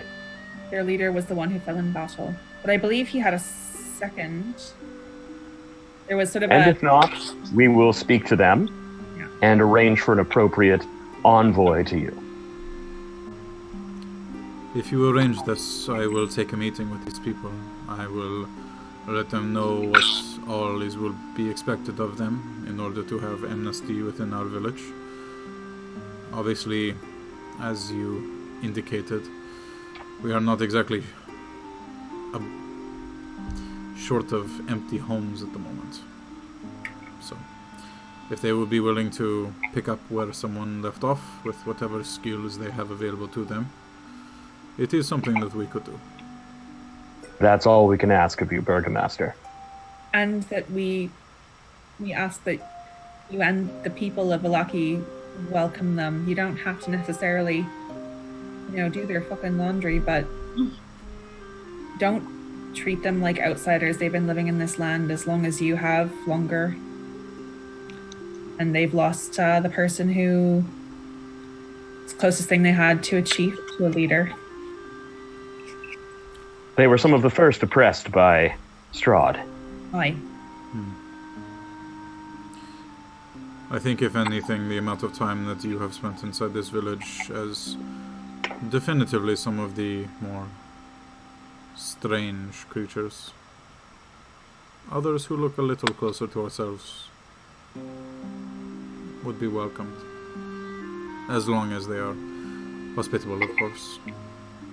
Of course. Send the envoy. I will...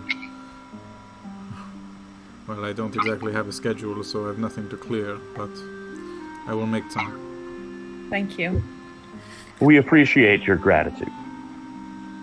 And he kind of gestures over to Isaac, and Isaac just kind of nods back at him and pulls out a small black book and writes in a couple of notes. Oh, hey, Isaac's here. That's nice. He's not dead. Isaac's still there? So, All right. is there anything else that I can do for you? That's all from us, Burgomaster. We're very, very appreciative of your kindness. Thank you for the hospitality. Oh, Les, you're here. Good to see you. Yes, I've arrived. You're most welcome. It is a strange time, but overall I believe a great gift that you have provided to my people. And to my son. And soon-to-be daughter. So, I hope that we meet again at some point. In better circumstances next time. Well, I must be off.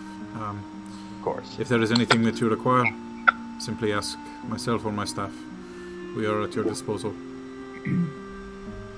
Thank you We again. appreciate it. Thank you.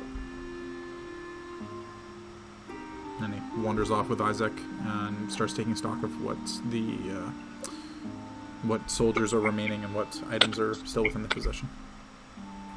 Hey, Aleve, we should probably go check out those the Dusk Elves. We can close the second half of this deal. I know. I think we're visiting Father Petrovich first, but then we'll go over to the Bastani camp. But yeah, I agree. I know we've made some promises without actually consulting them, but either they'll want to disappear back to the Sword Coast and no one will ever hear from them again, or they'll be happy. So either way, it doesn't matter. And we're you know, we're hitting the dirt anyway. I'm not concerned. Exactly. Would we have all caught up? Like, are we all up now? Yeah, everybody would be awake at this point. You would have all just been downstairs, and the Doctor and Aleth would have quickly headed out, and Les followed Toe a couple minutes after. Do we want to split, like, half the group go to Father Petrovich, half the group take care of the Dusk Elf envoy? Should we not just do the... Do you guys want to... Were you guys back inside to, like, discuss a day plan? Yeah, I think we'd have come back. Yeah? Okay. Yeah. Do... Aleth, I know you'd really like to finish all of that with the Dusk Elves, but I do believe that it's probably the best if we finish everything in town and then speak with them on our way out. No, I agree. Drop the skull off. Talk to the father and do what we need to do in town, and then.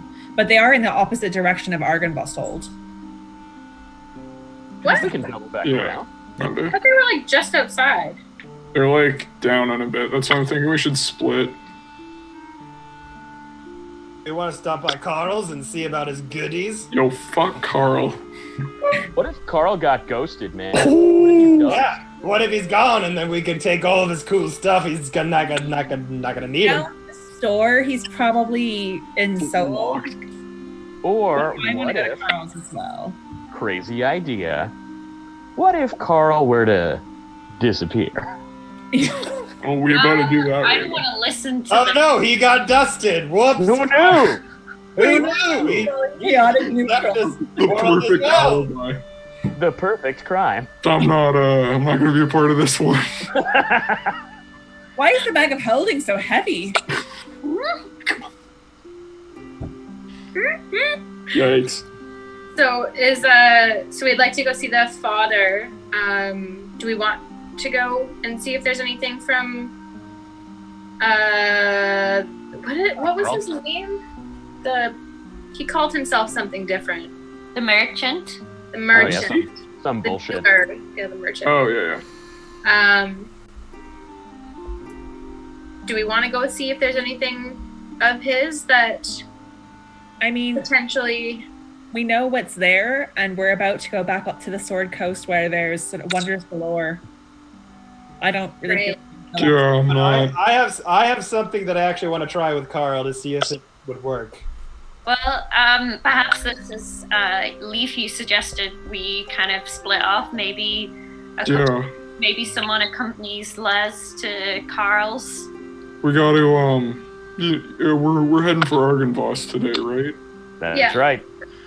I think maybe we could split up and I'm sure the time it'll take for us to check in with Father Petrovich and the time it'll take you guys to check in with the Dusk Elves. We can stop by Carl's first. Okay. Sounds good. I'm open to whatever you guys want. Yeah, if you guys go to the Dusk Elves, and then those of us who are going to Father Petrovich's, we can stop it. The other way around, we were going to Father Petrovich and Carl and splitting that up, and then we're all going to the Dusk Elves on the way out of town when we go to Argynvost. Oh, Yeah, I think okay. Right? Yeah, sure. I'm into that idea.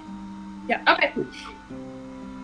Okay. I'll go with Les to the merchant. Nice. Okay. So you two are going to the merchant, and the rest of the other 4 of you are going to Father Petrovich. Yep. Yeah. Okay. Who do you want to start with? I kind of want you to do. Yeah, I want to hear. Yeah, if we gotta speed up our shit with Father Petrovich. Yeah. I'm curious what this is. Carl is definitely the shorter travel distance, so you two being able to make it there. You find the familiar house. You find the same coin On the store way at back. there, before we get there, I'd like to, Les, you mentioned that you want to try something at the merchant's. Right. Well, I'm just curious to know if Carl doesn't really know what happened in Barovia, if he's not caught wind to Strahd maybe dying, that, we could give him some health potions that maybe now are worth a lot more to him than maybe they will be when he hears that Strahd is gone. For items, perhaps? Because they were very valuable before. Right, because there's no one here that can make them. They're very hard to come by. I mean, yeah, let's try it. And I have 2 of them, so... Right, and I want you to practice your bargaining again. Right, I need to get better at that if we're gonna go into the real fucking world, so... Have you never been into the real world? Have you never bargained in the real world? I'm not particularly good at it. I know, I've seen. All right, well, let's see if you want some of these health potions. All right. How many do you have, Les? I've got dose, as they say. Okay. Okay. So you two finding your way up to Carl's, eventually making your way back around to the backside. You've got the familiar coin slot. Slide in a gold piece. Yeah. Do you I'll want? slide mine in. So Strahd Do you gold want? Okay. goes down. Oh. And eventually come around to the front door, knock a couple of times, and the door locks undo, and the door is open to allow you to step inside. And you see the familiar figure of Carl looking a bit more armed than usual. Looks like you've doubled down there, Carl, old man.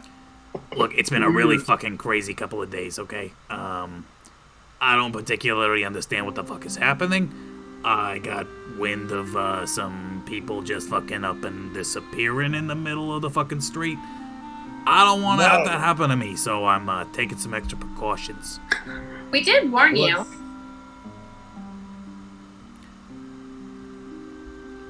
You told me that one thing was gonna happen. You didn't tell me that fucking 2/3 of the population was gonna suddenly fucking disappear. We told you what we were trying to do. Yeah, you told me that you were trying to kill Strahd. That doesn't fucking mean that, like, most of the people that I ever fucking talked to in my entire goddamn life are suddenly gone. We told you that this place was going to be returned to the material plane. Well, it still looks the fucking same to me. Nothing changes. It sounds like, Carl, that you need some reassurance of your safety. Like maybe some of these guys. And The art of the deal. Potions. 2 health potions out. I'm like, are these still worth a lot to you, old buddy, old pal? Yeah, they're worth about 100 gold pieces each. Right. Well, how about we make a little trade for some of them lovely items that you got up there? Fuck off. Health potions are not exactly the most expensive of items at the best of times. They're a little tough to come by, sure. That's why I buy them for a little bit more, resell them for a little bit more, but as is necessary, I've got my coffers stocked with gold. You want that? I give you that. I'm gonna miss Carl. Does he have anything new on the wall, or is it still the same old stuff? Same stuff. It's been a month. It's not like he gets. You said he was armed to. You said he was armed to the teeth. I'm just getting more. He's wearing armor and a sword and a shield and a helmet. Like he is armed, not the store. Right, but is any of the stuff he's wearing and holding of value? Oh boy. Well, you don't really have a keen eye for that. Make a. I could try. Make an intelligence check, looking at the stuff that he's wearing. That's a natural 1. It's shiny. You recognize the shield was on the wall at one point. It's a sword. You don't even know what kind of sword. It's just in a sheath. You're like, long sword, short sword, I don't fucking know. Carl, Yeah? you said your coffers are full of coin. Yeah? What kind of coin? The coin of the realm. It's going to be pretty useless very soon. That stock is about to go down, my man. Why is it about to go down? Gold is gold. Just because it's got somebody's face stamped on it, what does that mean? Are you going to be able to use gold with the face of somebody that nobody knows outside of here? What could be counterfeit? Nobody knows. Carl, it might still be. It's only going to be worth its weight. It's not going to be worth what you're used to it being worth. Okay. So In the trying times, prices go up, prices go down. We've got the goods, the real gold of the realm, that we could trade. Sure, you want to trade gold for gold? I can do that. No, we could trade you less of the real gold, the one that's worth way more than the Strahd gold. Your funny money. I don't understand. What do you want? You come here and tell me that you want items for potions, and now you're offering me money and don't tell me what you want? Like, what am I doing here? We want to try to cut a deal of sorts for the items that you have. Okay, well, you know the deal is items for items. Money doesn't get you items. Even if money is only worth its weight in gold, it's still worth its weight in gold. But even these potions aren't worth anything to you? Like I said, 100 gold for your potions. I'll even melt it down and make it 100 gram. Up to you. But you don't want to trade these items for any other items? Those ain't worth shit! If I'm not even willing to take gold for the other items, what the fuck do you think 2 potions only worth 100 gold they're gonna give you?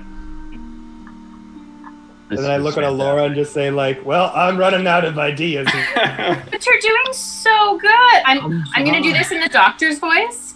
But you're doing so good.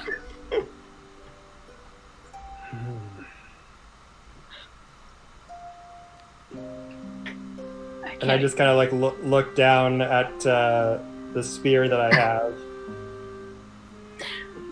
Les, no.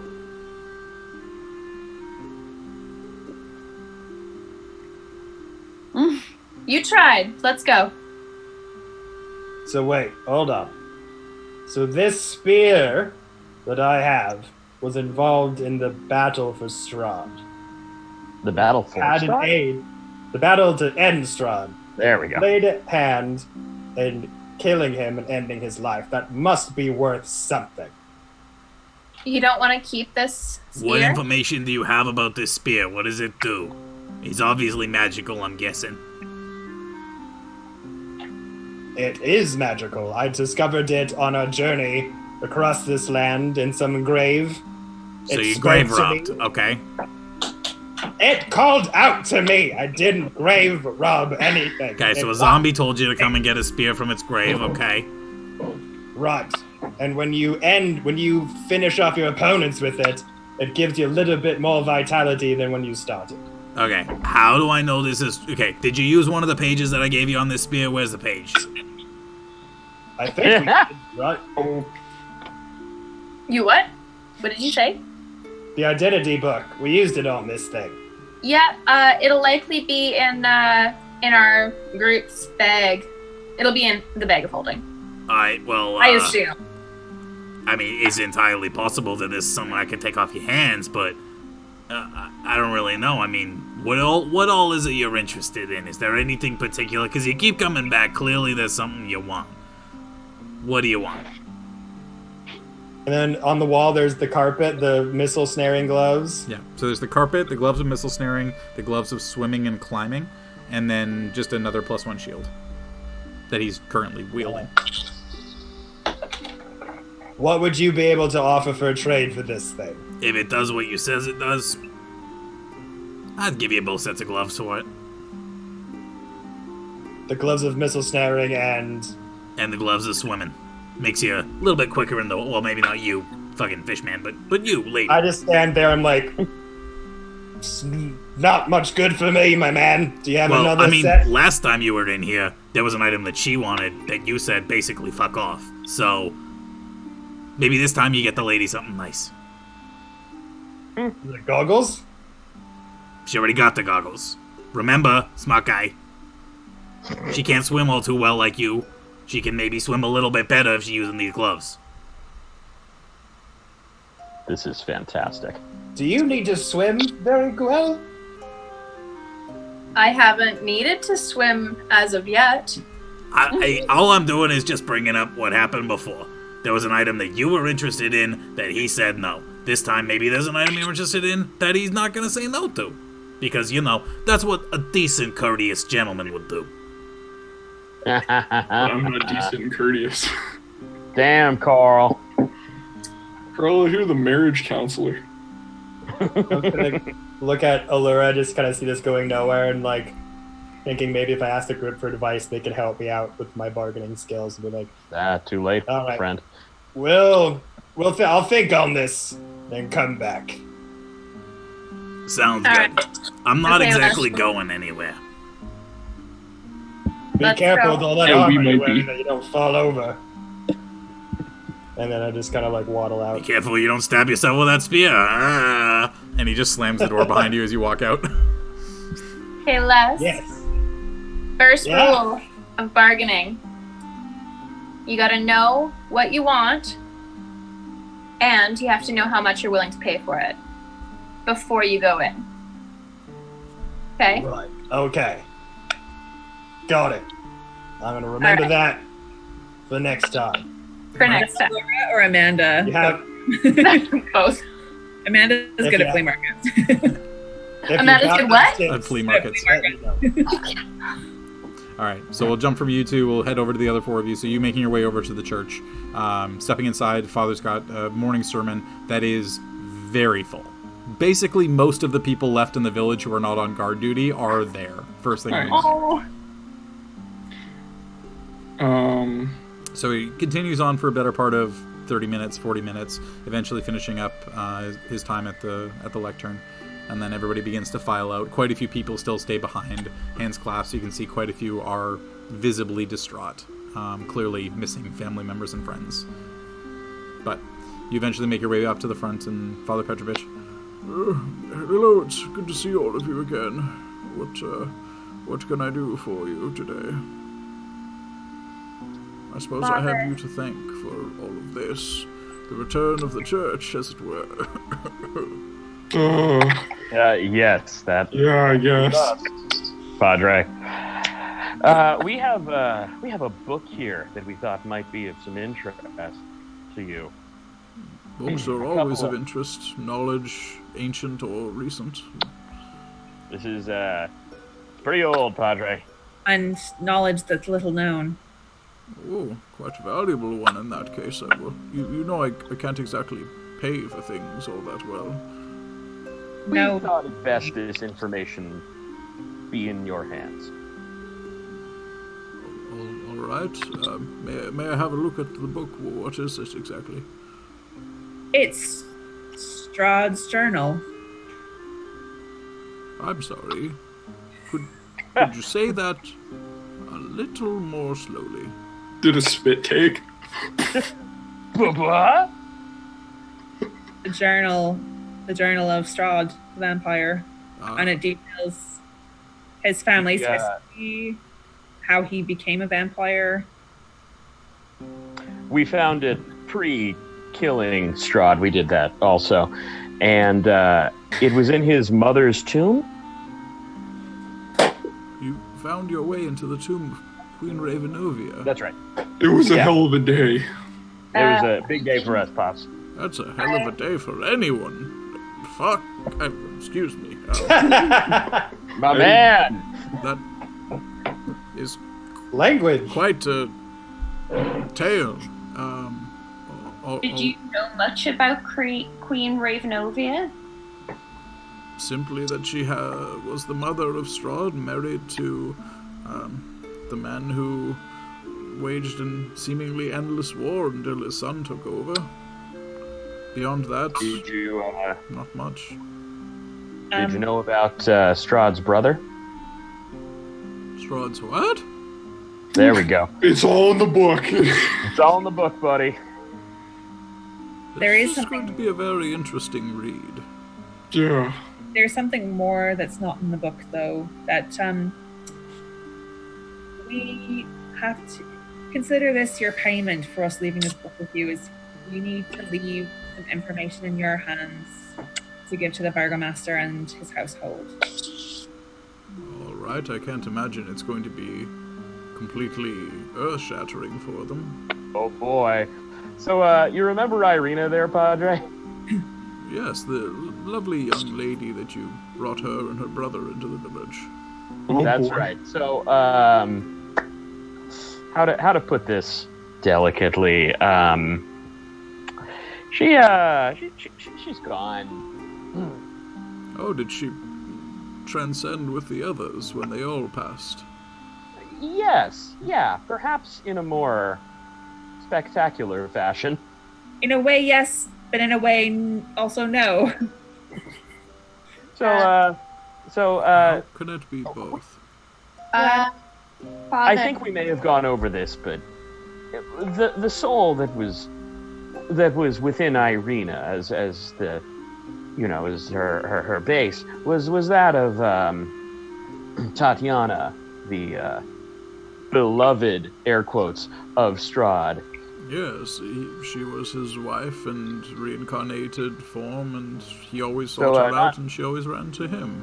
Read the book. It's a little different. Yeah, it catch up in the book there, Padre. But she's transcended and is no longer of this plane. The soul is finally at peace, Father. Yes, with Sergei, the brother. That's Strahd's brother. Never Strahd's wife. Sorry, look, there is a lot of information coming in very quickly, and it's all jumbled. Could you give me some time to read the book, and perhaps I can understand exactly You got what it, it is buddy. that you're Probably saying? for the best. Absolutely. What we must leave you with and request for you to do is, once you've read through, is talk to the Burgomaster and his family and talk to Ismark. They will not have known that she will have dissipated and gone to her final resting place.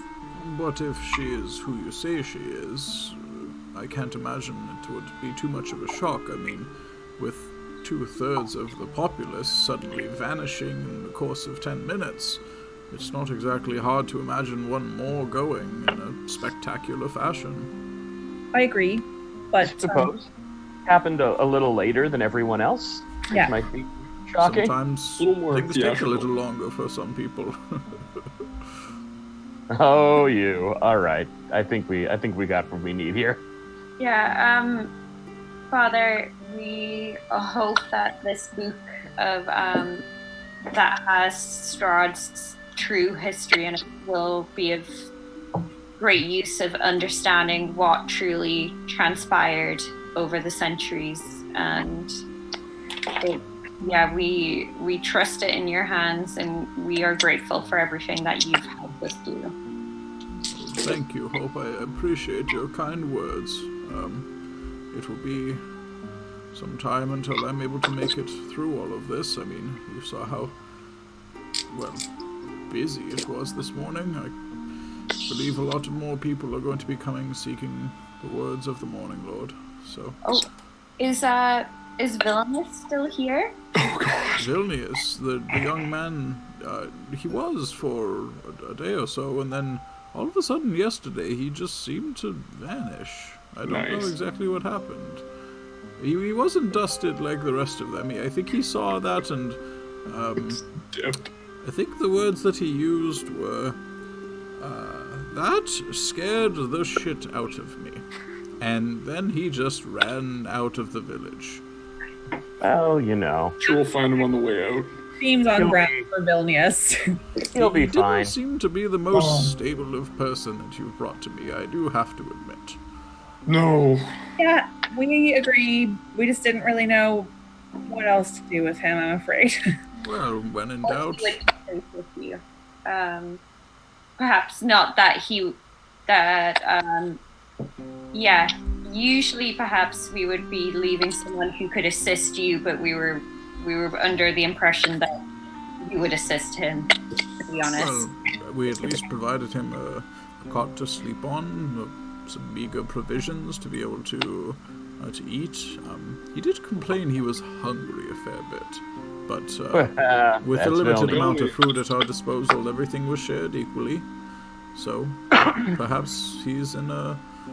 Well, I won't say in a better place because, you know, but... He's in a hole.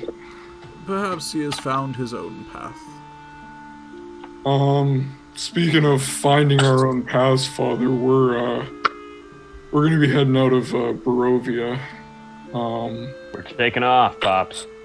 Yeah, and you were one of really the only people that didn't judge us, took us in, when really, the whole town didn't, they didn't trust us, and I guess what, you really helped protect us when we needed it. And I kind of reach into, I guess I have it on, I take off the shield of the Dawn Father and hand it over to Father Petrovich. That's gonna knock you over. They're, just because we're leaving Barovia, sure there's gonna need some protection in some way. The church offers it in one, but in the future, if there's ever anything that, comes up again and we're not around to, help. A great warrior. I'm sure there'll be some adventurers that crop up, and they'll need a shield like this one. So, I'd like to try put it in trust with you for the time being. I would be honored to take this and display it proudly as filling one of the places along our walls. Perhaps with your assistance, if you wouldn't mind. I am a bit short. Yeah, okay. And I kind of run over and put it. And he kind of it's got the tip of the bottom of the tower shield hitting the ground. He's kind of using his strength to prop it up a little, but he can barely lift it. But he kind of walks over to one of the sides where there's a fairly sparse wall. A couple of pieces of gold here and there, a couple of symbols of the Dawnfather, and he just kind of indicates to clear a bit of a space and then to hang the shield on the wall, and it kind of affixes onto the wall and looks about right. Fits nicely, goes with the decor. When you have so many of one thing, and he gestures to all of the sunburst insignias and then just one more on the shield, they tend to start to go together pretty well. Kind of got a motif going. Well, until we meet again, I guess. I do hope that will be the case. even with all the changes that are happening, be aware that you will always have a place in the church here. All of you. Thank you, Father. Thank you. It is my pleasure. Well, I don't want to seem disingenuous, but given the situation, was there perhaps any amount of coin that you found in Ravenloft that could be donated to a better cause? Okay. With the situation being what it is now, with a lot of people coming in and not exactly having an abundance of coin, it would be nice to have something we could give back. Sure. And I think I've got, I'll give him, what were we normally giving him? Like, I'm trying to remember the last time we came in, pretty much. Yeah. I don't even remember, to be honest. Okay. Yeah, I'll give him about 100 Strahd bucks. 100 Strahd gold? Yeah. Okay. All right. You only have platinum or silver from what I gave you. Oh, whoops. Shit, sorry. I was looking at my Sword Coast money. Then I'll give him all my silver. Okay. And how much is that? 113 silver, which is like, what is that? 50 gold? 11 gold. 11 gold. Whoops. 10 to 1. Does anyone else want to fill in on this? Yeah, Yeah, you know what? I'll toss him a Strahd platinum. Okay, so that's worth 10 gold. So that's 20. I will also give him all of my silver. Same. We're offloading all our nickels. You're basically giving him quarters. Actually, you know what? Jordy, I'm gonna take that back, and I'm gonna offload my Strahd silver as well. Okay. It's 130. So last time he told us he didn't want big coins. That's right, yeah. Platinum, and he gave it back. So Yeah. I think he for all the silver anyway. Agreed. So yeah, so what's the total amount? Was that everyone giving like 113? Yeah. So Okay. it would be 452. yeah. 40 bucks. And then I also have 77 silver pieces on me, so I'm gonna throw that in. Okay. All right. So he just willingly takes all the coin and giving me the coins of our lands. I appreciate this. It will go a long way to helping out the populace and allowing everyone to get back on their feet. Father, there is one other thing. We are on our way to speak with the Dusk Elves, who've been trapped outside of Vallaki under the rule of the Vistani. The Burgomaster has agreed to parley with them to maybe have them take up place in the village, but if you could offer some guidance to the people who may not understand as well as you would. Given the situation that we all find ourselves in now, there's not exactly an abundance of friends and family. I can't imagine that new faces will be treated without a little bit of caution, but eventual acceptance. And I will do my best to have them involved in the church services, perhaps introduce them to the populace as best I can, and let them know that they are trusted friends of the Saviors. Appreciate it. All right, I must be off at this point. This book is rather interesting to me, and I bet. Wait till you get to chapter 8, it's wild. I'm sure it will take me some time, and hopefully I understand all of it, but I'm sure that I will get there eventually. Good luck to all of you. May the gods watch over you. And he turns and heads back into his back office. Cool. All right, so you guys heading out. We'll say you meet up with Allura and Les, and it's still fairly early afternoon at this point. Maybe just before noon kind of thing. So you're able to head out around the eastern gate. Are you taking a wagon, both wagons? What's going on? I think we're taking both Sorry, wagons. western gate. Yeah, we're heading out, I think. Yeah. The Strahd carriage wouldn't be able to carry both the dragon head and all of us. Correct. That's right. Yeah. Before we leave town, though, Hope, did you ever find out anything about the necklace from Queen Ravenovia's tomb that you won? No, I was actually just thinking about that. I was wondering, Doctor or Lee, if you could look over and see if there were any magical properties. Yeah, I can do, while we're on the road, I can do a little appraisal. Yeah. Yeah, I wouldn't mind taking a look. An Antiques Roadshow, as it Yes, if you would. All right. I'll get both of you to go and make Arcana checks for me, please. Antiques Roadshow, Dicecream It's not Edition. great. I love Antiques Roadshow. I'm a big Antique Roadshow. I got a flat 10. 21. 21. Leaf, very religious iconography. Okay. Very much something that is a symbol of the Morning Lord, but with the red ruby in the center of it is a little bit of a different piece. You're not exactly sure what that's related to. Potentially magical. Doctor, you find strong indications of God, I can't remember what it's called, but protective magic. Very good. Yeah, and you're not exactly sure, but it strikes you as something that's along the same vein as the icon of Ravenloft. Not quite as powerful, but definitely has some abilities in that respect.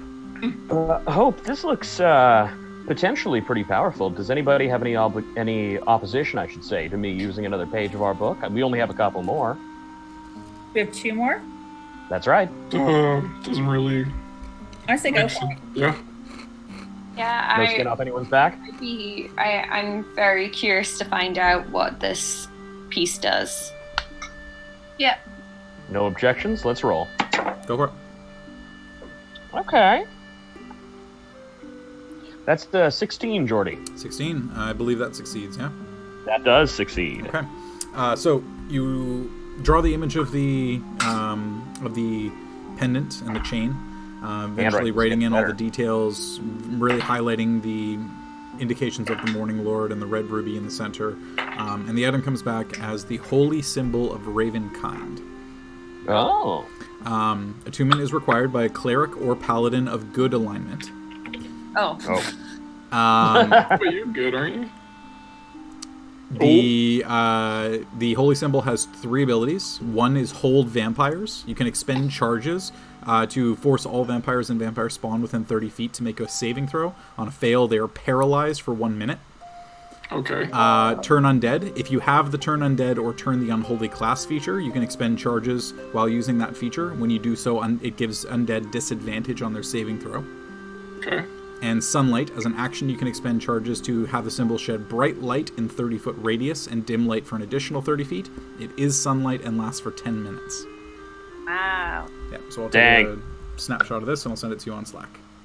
Cool. Yeah. Yeah, that's something perhaps to discuss off stream if I've done enough to change alignment. What is your current alignment, by the way? It's lawful. No. What the fuck? Sorry. You're lawful neutral, right? Yeah, lawful neutral. Lawful neutral? Yeah, we can talk about that off stream. Yeah. Law-abiding citizen. Yeah, that's what it's been for quite some time, because that was also why I ended up with the shield, because I Gave that away. wasn't able to. Ooh. All right. So pushing your way out, heading west outside of Valaki. Are you heading to the Vistani camp first? I think so. I believe so. Yes. Alrighty.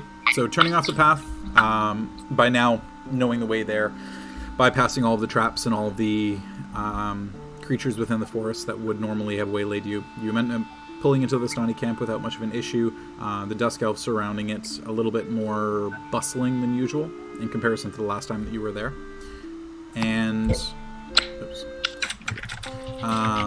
eventually making your way in and around, you draw a little bit of attention as 2 wagons begin pulling in, one taken from the Vistani camp itself, just rebranded with your logos and wording on it, new colors. And the new one, the all-black lacquered Strahd wagon. A lot of the Dusk Elves end up coming out, and you see the recognition of Casimir's second stepping out and just kind of giving you a nod and kind of expectantly looking to see when Casimir is going to be stepping out. Elise, you want to take this one? Good afternoon. What's your name? My name is Alan. And then I'm Elif. We sent another Dusk Elf that we met at Argynvostholt back to you. Has he arrived? Yes, he has. Should I find him for you? No, we're not here to see him necessarily. Elaine, you're the one that Casimir left in charge when he left? Yes, I was his second while he was here. I'm sorry. No news. He's fallen in battle. Oh. And he gave up the ability to come back when he gained power to defeat Strahd. He was integral in the battle with us, and we have succeeded. Strahd is dead. The lands are open back to the Sword Coast now. Back to Faerun. Back to Faerun. So I know this is a lot to take in one moment. I have another piece of information for you. We have the remains of Casimir and Petrina, his sister, long gone. We'd like to give them to you so that your people can lay them at rest together. And if you want to stay in Barovia, I know that Faerun is open to you, but if you want to stay in Barovia, there's a place for you in the village of Valaki. They have need of good people. If you're willing to go, be part of that community, contribute to it, they'd be happy to have you. So that's an option for you. Wow, this is a lot of information to be coming in very quickly. I understand. May I ask, is he at peace? I don't know if Casimir... He didn't get to see Strahd fall, and we did not find his sister before he passed. But the way that this world opened up now, all the souls are able to go to where they need to. I think that whatever else, he would have been happy to make that sacrifice to know that his sister still was at peace and that Strahd was gone. And we have done that.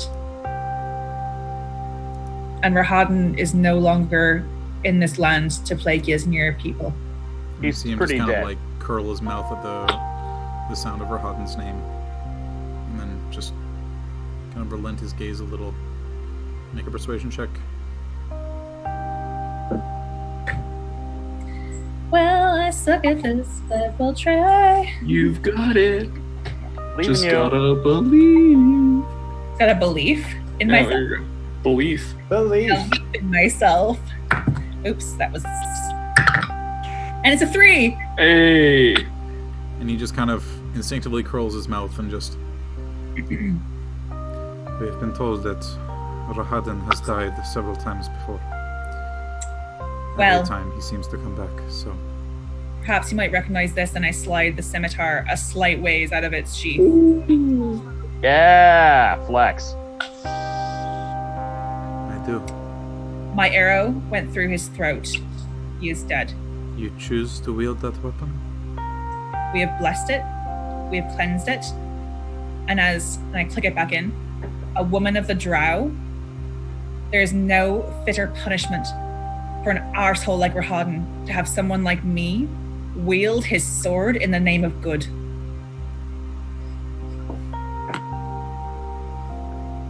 True words.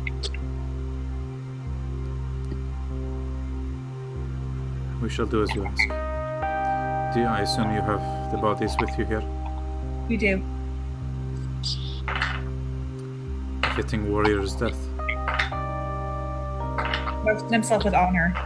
I know that he had regrets over some of the years past that we have all been here in Barovia, but he did whatever he could and gave up everything for that victory. And if we could have, we would have brought him back. Understood.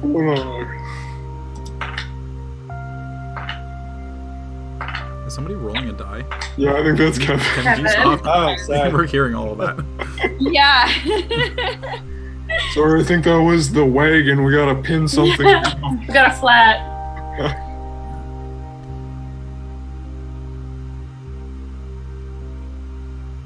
Thank you for bringing this back to us. I know it must not have been easy, but perhaps we can give him a better burial, and especially his sister a better one than she would have gotten inside Strahd's hell. I see to it that they're laid to rest with care, and I'm sure that's true. I'll bring your answer to the Burgomaster of Vallaki, but make your way there at your own leisure. But there are houses that will be set aside for you. I believe that I can accommodate that. Oh, I think the video's just got I'm gonna fix it. Sorry, that was me. My phone. It's all good. I got it. So yeah, we can keep going. I was gonna say, is there anything else we want to do here, or should we kick it back to, like, do we want to kind of fast track We through? can go check in on what's his name, Luvash. See how he's doing. I think let's just go. I'll pour Casimir Yeah, to Elaine's hands, and then like flubber. There you go. Just He was still inside his cloak. Like, come on. Oops. all right. Anyway, so we pass over the remains and Mushy. out to Argenvostold. All right. Yep. So, making your way back along the road, leaving the travel remains by behind, map. and say your final farewells to Casimir and his sister. You eventually push back onto the road, heading west, cut south along the familiar one, and make your way back down to Argenvostold. Over the course of the next couple of hours or so, just into the afternoon, and eventually pulling up outside with a familiar dragon statue facing the front gate, the front doors. Disembarking, you've got the gigantic dragon skull on the top of the black wagon. What would you like to do how are with we it? getting this off, guys? There's enough of us that we can all kind of pop this thing off. Oh, you know what? I got a fun plan. Yeah? I'm gonna polymorph into a giant ape. Oh, what? Okay. Ah! Cool. Yeah. Strength of a giant ape, more than enough to be able to Just one-handed. Yeah, not single-handedly, but solo lift Nice. and carry the dragon skull. So we know that it needs to go to the mausoleum in the back, right? That was what you remember. guys. Let's go. Cool. Yeah. So, give me one sec here. Okay, so pushing your way through, you eventually find your way out into the far back, through the chapel, and eventually to the back of the keep itself. And eventually you see that there's a tarnished silver-plated gargoyle shaped like dragon wormlings clinging to the iron-tiled roof of the mausoleum. An 8-foot-tall, 4-foot-wide, white marble door set into the southwest wall is engraved with the name Argenvost. The door, from your previous experience, was already pulled open. And the interior of the mausoleum is dark and dusty. You see 4 empty alcoves with raised floors, and etched into the far wall are a series of letters that a few of you recognize as something written in Draconic. And it's a plaque. Underneath lies, "Here lie the bones and treasures of Argenvost, Lord of Argenvostold and founder of the Order of the Silver Dragon. Laid to eternal sleep, may his soul join his brethren in the stars." Cool. Skull fit in there? Fits atop it, yeah. Cool, putting it there. Alrighty. When the doctor does that, just in case, I mean, I don't think anything. I realize you're. All I kind of want to do is kind of, like, really respectfully, once the doctor's placed it, is just to, like, kind of touch it and just say, like, a silent prayer. Yeah, that's that.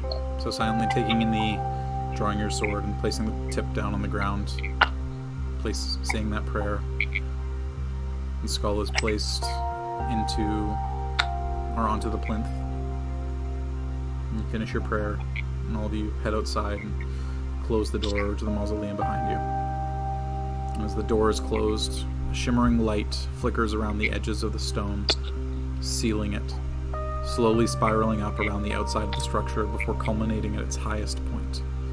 The light grows as all the shimmering coalesces into a single bead of energy before it detaches from the roof of the mausoleum. Slowly floats up into the air, and then back towards the keep, and eventually to the highest point of the keep, becoming a blazing beacon in the sky. The light extends, lighting up any of the dark areas in the forests, and you all feel better, as if something heavy and dark that was still weighing on your shoulders, even with Strahd being defeated, is removed. You're not sure exactly what it is, but then from inside the keep, the silence is broken by the clattering of metal to the ground. Second floor, one after another, clang, ting, ting, ting, ting, ting, ting. And then a series of shimmering dust lights come out through the windows and form up into the sky. Who wants free swords? It appears the Knights, the Order of the Silver Dragon, are finally laid to rest. Woo! So, We get like a little trophy pops up in the corner. Yeah, a little like You've done Achievement Silver unlocked. Dragon Knight. dropped off the bones. no, Kevin, this would actually be you've unlocked a new skin. Oh, nice. But with that completed, the bones of Argynvost returned to the mausoleum, the door sealed, hopefully forever. Nothing seems to remain of the castle as the walls begin to slowly crumble. Oh, What is it with us and crushing castles, man? I don't know. I thought we were healing Barovia, but all we seem to do is just crush buildings all the time. I feel like we're kind of... Secondary pitch, guys. We could be the castle crashers. I do like that. Work in progress. Work in progress. So, I guess our princess is in another castle. I guess. it's true. All right, shifting back into regular talk. So, pushing back out onto the road again, you don't know exactly where to go. The only thing that was told to you is that there was a road that extended beyond the village of Kraisk, kind of a hidden road that was told to be one of the ones that the Vistani used every once in a while, not appearing on any maps. But it was told Not to... appearing on any maps. So just out of curiosity, Kraisk is furthest west to North Point. yeah. that one? Above that. Higher. Yeah, that one. Yeah. That's Kraisk. Oh, Kraisk. Okay, right. And so the old Svalich Road. Yep. Okay, so that with like the dots here, that's potentially where we were told to go. Correct. So the old Zvalich Road is one of the ones that would connect potentially through the Zvalich Woods to somewhere along the Sword Coast. You're not entirely sure where, but that was the road that you were told to follow to leave these lands. Should we head for it? Fellas, do we maybe just want to check back in on the village of Barovia, where we sent the murderous vampire? Just in case. No, that's like across the entire land. Oh, it doesn't matter to me. I just thought people with a conscience might be interested.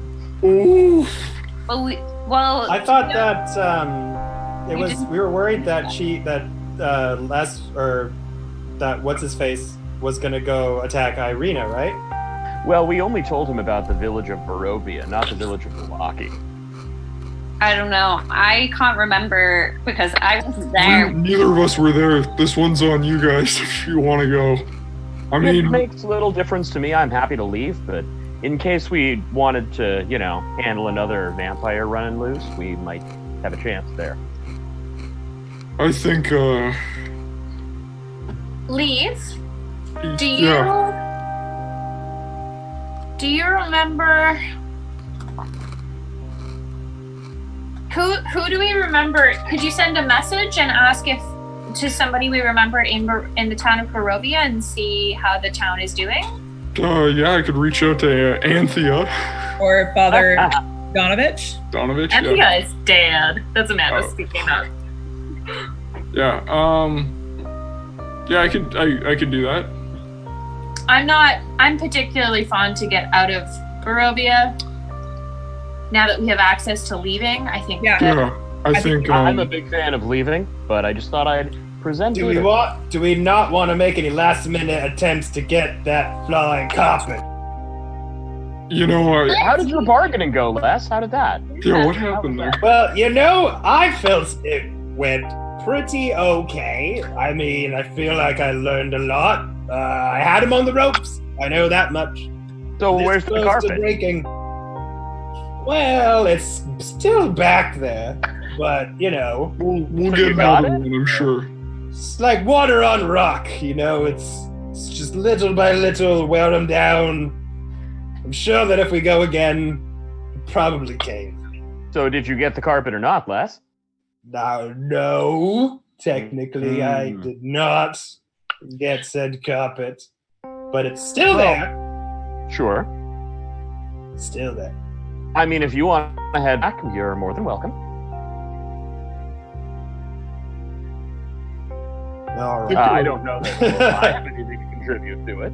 You guys, for the last 5 minutes, Spade has been slowly patting and murdering a housefly and meowing at me to come watch her while she does it. Dang. Like, she keeps patting it and then, like, rolling over at it and patting it from behind and then looking at me and meowing and then rolling back. It's really cute. I'm sorry. That's very sweet. Little huntress. Yeah.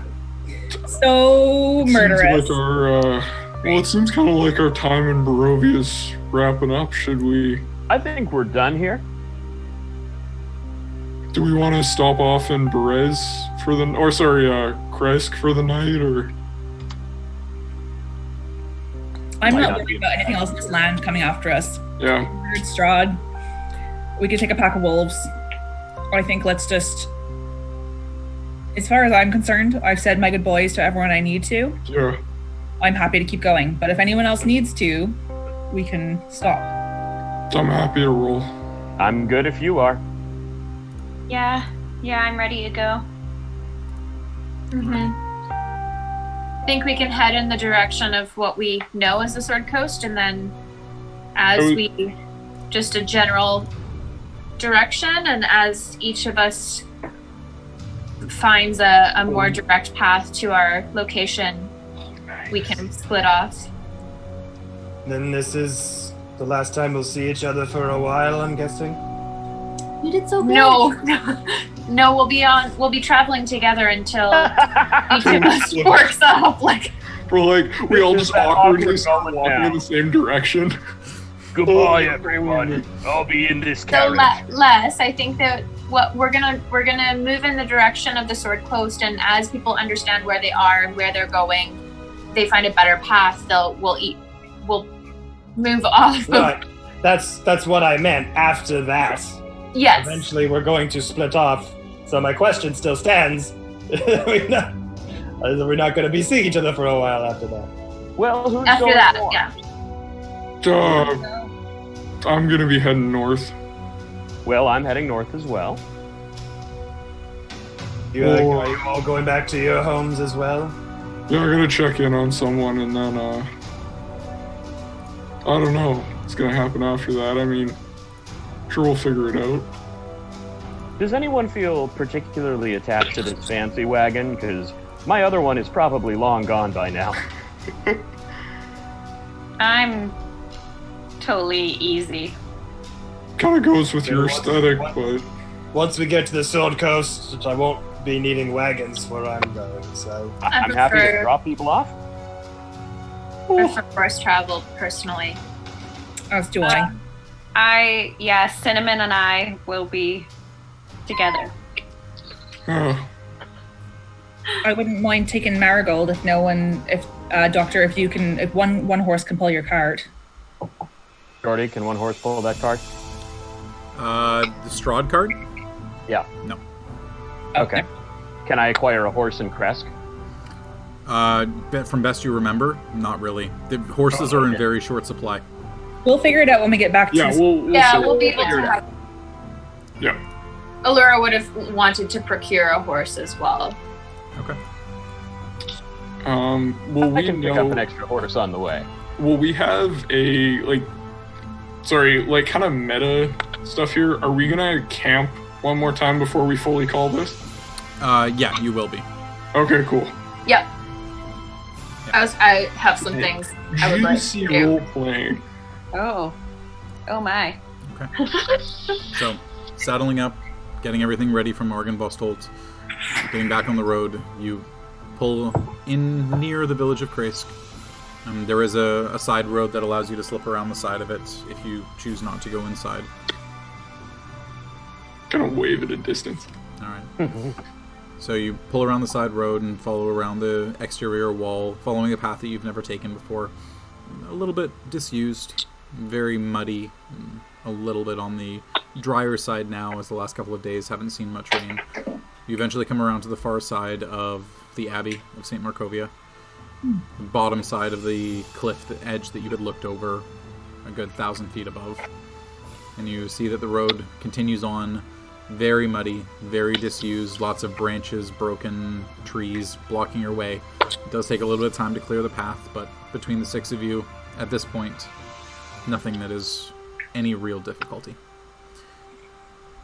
You begin to make your way into the woods, traveling for an hour, 2, 3, really stretching into the late evening at this point, the sun dipping below whatever horizon exists. But above the canopy of trees, you can't see anything. And you're simply plodding along a trail that exists. A couple of stops every once in a while, having to clear debris out from the way, but the familiar fog that surrounded the lands doesn't stop you. Doesn't get in your way. You just continue to travel along the road.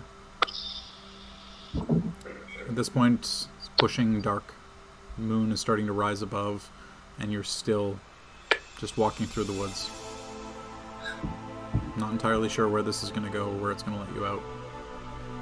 And a couple of sharp bends, and then you look up at the sky, and you notice that the lack of stars has begun to change. A few familiar constellations begin to come into view. A little Cassiopeia? bit different from where you would normally expect them to be, but close. Very close. Better part of another hour, really just trying to find anywhere outside of these forests that you can camp and set up safely for the evening. You eventually see a break in the tree line. Pushing your way out, you see roads. Proper roads. Nobody traveling along them. But you find yourselves at the edge of a massive expanse of forest. Miles in both directions, left and right. To the point where you can almost not even see. But you narrow your vision, and Aleth, you specifically in this darkness, are able to see the edge of water. 5, maybe 10 miles out on your left side. And looking ahead, looking at where the moon is, you see a massive mountain range in front of you. Yeah. Allura has studied like lots of maps and Geography nerd. Would I recognize the proximity of the mountain range and the coast? Like, is there any big enough landmarks that I would recognize? Given that you came out onto a proper road with some kind of water edge on your left, with massive expanse of forest in both directions, and the mountains directly in front of you, you would imagine that you're somewhere on the northern edge of the area that's known as It's a little bit south of where the Sword Coast is.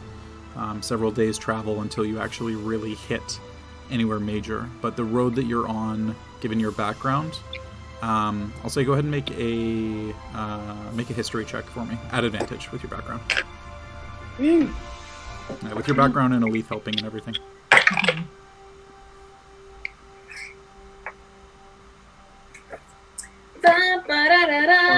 That'll be an unnatural 20. Okay. The coastway is what you see yourself on southern side of it, emerging from the forest of Tethir. Ooh, I got the map out. This is crazy. Oh, Tethir, did you say? Tethir, the very bottom of the map. Oh, So you're still a fair ways away, but you know that the road that you're on now, with the amount of travel that you had done and the amount of trade that your family had been involved in, you know that the road that you're on continuing north would eventually lead you fully into the Sword Coast, and specifically eventually drop you off at the city of Baldur's Gate.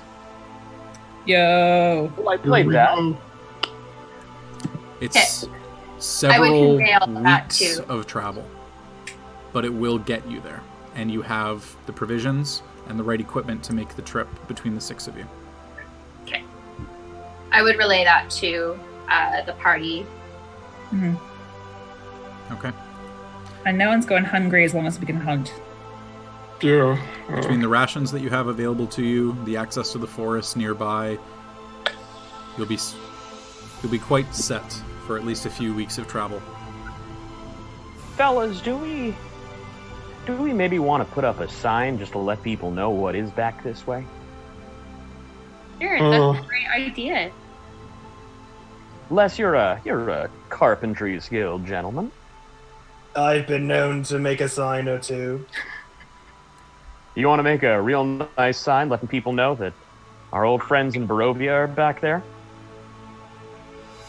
Let's connect them to the real world. And then I go over to just some sort of tree with loose bark and start hammering down on, chopping down some trees, whittle some wood, sign. Okay. I would also write out something in, like the same information in Thieves' Cant for Les to add as well.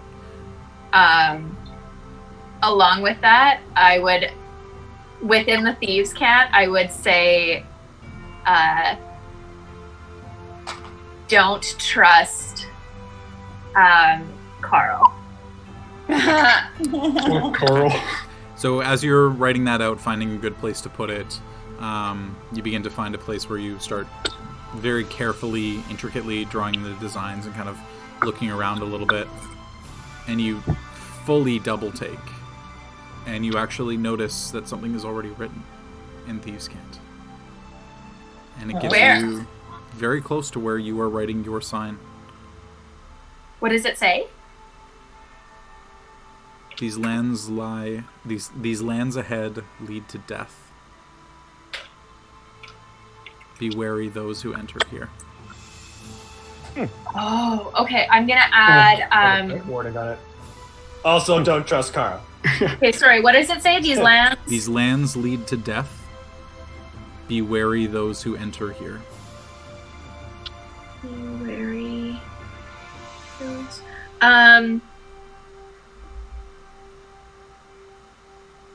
So I'm going to like rework it with Thieves' Cant and say these lands no longer lead to death. You need not be wary. Don't trust Carl. Barovia has been reconnected. Don't trust Carl. Yeah. Okay. So it takes you a couple of minutes to be able to do that, to make sure that the signs are hidden correctly where the language isn't just overtly there. But you being used to looking for it, being able to spot it in and amongst the bark of trees, noticing that the bark has been specifically carved, not that it's been shaved off and written in like what Les was doing, carving into it. This was more so written in the bark. It's a little bit of a reminder that you're a little bit closer to home now. Something you haven't seen in several weeks. But, yeah. I saw the sign by Ace of Base starts playing. Oh, you're opening up my mind, Jesse.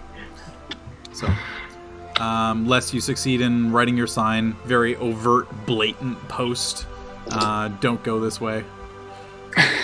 But Allura, having a little bit of a more subtle one. Those who potentially might be more equipped to enter into that space, now knowing what actually lies beyond. As Allura's doing that, I'm kind of like looking over her shoulder at the Thieves' Cant, being like, this is really cool. It's a pretty neat little language. Hey, Jordy, given that one of my arcane invocations is that I can read, or eldritch invocations that I can read all languages. Mm-hmm. Does that mean I can read Thieves' Cant? Thieves' Cant is not a language; it's essentially a cipher. Yeah. It's a cave. Oh, okay, cool. Yeah. So you would have to, so essentially, yeah, it being a cipher, letters correspond to symbols, but then specific types symbols in conjunction with each other mean different things. So it's very much like kanji. Just because you understand the language, that doesn't mean when you read it, because it's using such a foreign language basis to what you know, it's something that is not part of your repertoire. Hell yeah. Interesting. Written in anime. It's written in anime.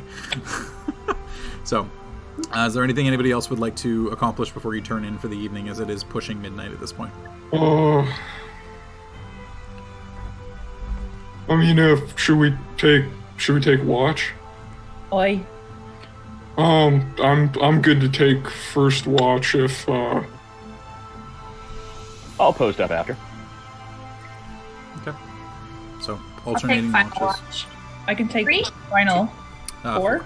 4 total. 2 hours each Yeah, for an take 8-hour third. rest. I'll take 4th. Okay. So Leaf taking first watch. Everybody. I was turning gonna in for the evening. say, yeah, when everyone's kind of turning in, I wouldn't mind kind of turning to Hope and say, Hope, do you mind if just have a little chat before everyone calls it a night? Yeah. Yeah.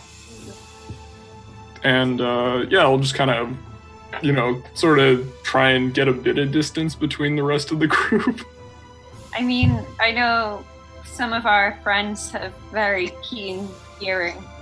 Yeah, I mean, I don't know, I'm pretty open about this, but it was a pretty crazy day today, eh? We've managed to do so much in such a short time. Yeah. Look, I'm not great at this, so I'll just come out and say it. When we're kind of back in we're kind of near the Sword Coast now, and it's kind of made me realize when I left home, I told my granny I wouldn't return until I met my parents. But with everything that's happened in the past month, I feel like I've met some people or someone that makes me feel like together we can do anything. And I don't really know if I'm ready to say goodbye to that yet, at least, and I'm not sure I'm ever going to be. I mean, I guess what I'm asking is, would you, Hope, to want to come back? What a great time for a freeze. Yeah, there we go. no, Did why it did cut? freeze? Am I back? Okay, good. Where were we? Just But do you want to come? back with me to Wanna go crawl with me? my granny's place. I mean, I need to check in on her, so maybe we could hang out there for a bit. She's by herself right now, but I'm sure she's fine. But I was talking to her, and she was wondering if I could come back. I'm sure you two would get along. Is that something you'd be interested in? Yes. Yes, it is, Lee. I was going to try and talk to you about this, but I'm glad that you brought it up first. I wasn't sure how to talk about these kind of feelings, but that is it. It feels like that. That feels right. It makes the most sense. Cool. That's something I was kind of trying to figure out how to get the words, so it's really cool that I feel the same way. Yeah, and then can kind of reach across and just hold Leaf's hand. Oh yeah, totally. Yeah. Okay. I mean, I don't know if you want to take the watch together. I don't know if you're tired at all. Aw. I might just sleep next to you, if that's okay. Yeah, that's cool. Yeah. And just kind of curl up as usual. much. That was Yep. Loving it. Leaf, did you also want to send a message to your grandma? yeah, I'll shoot her a message. So I actually have not written this one out, so this is I'm freeballing this one. On the fly. All right, here we go. So I mean it's late, right? It's midnight at this point. Gotta wake her up. Hey Granny, it's Leaf. I'm back on the Sword Coast. I'll be coming home in a few weeks. I've got a friend with me. Bye. Okay. So, you send the message off telepathically, and then just kind of wait for a response. 30 seconds, a minute goes by. You don't think you're going to get one, it's going to be a little bit too late. And then, Leaf?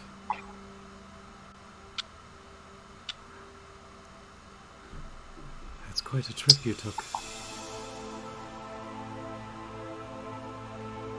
Well, I expect in a year you would have made some friends at least. So, I'll be looking forward to having both of you back and meeting whoever this is.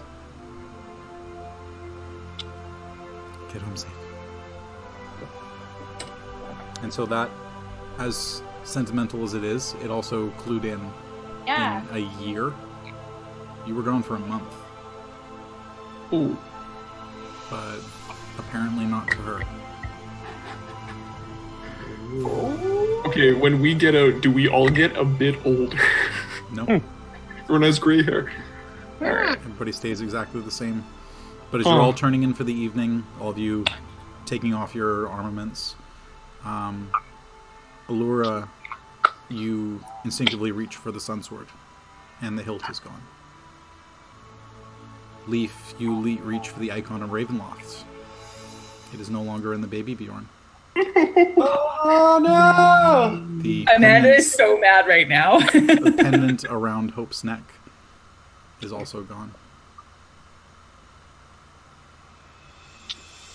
Whatever these items were, they appear to have in some way been tied to the realm, the separate plane that exists for Barovia. Whoa. They cannot pass between lands. Oh, And all of you man. instinctively start looking and feeling all of the coin dropped it. still Shit. exists. Most of the items that you picked up in there do exist.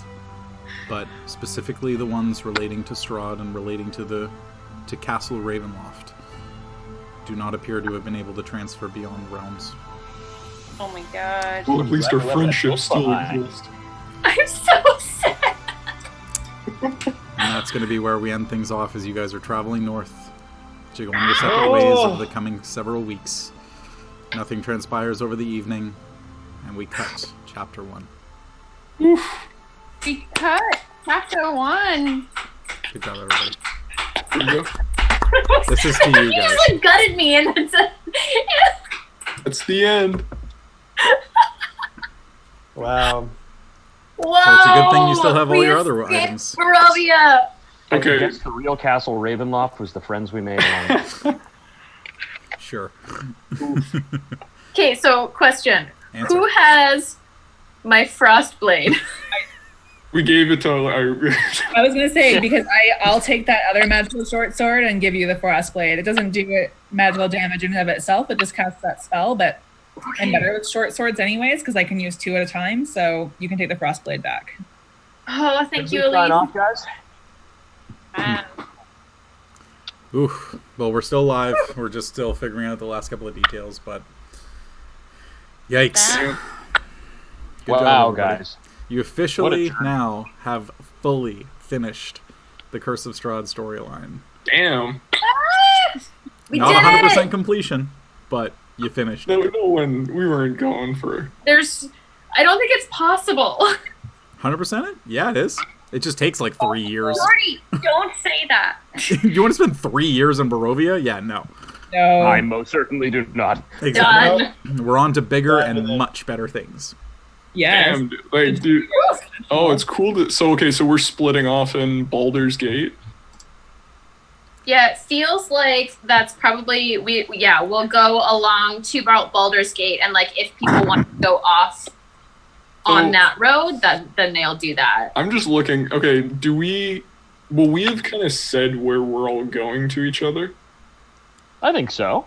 It's up to you guys. Do we want to chat back? Jordy, is Strahd's sword still with me?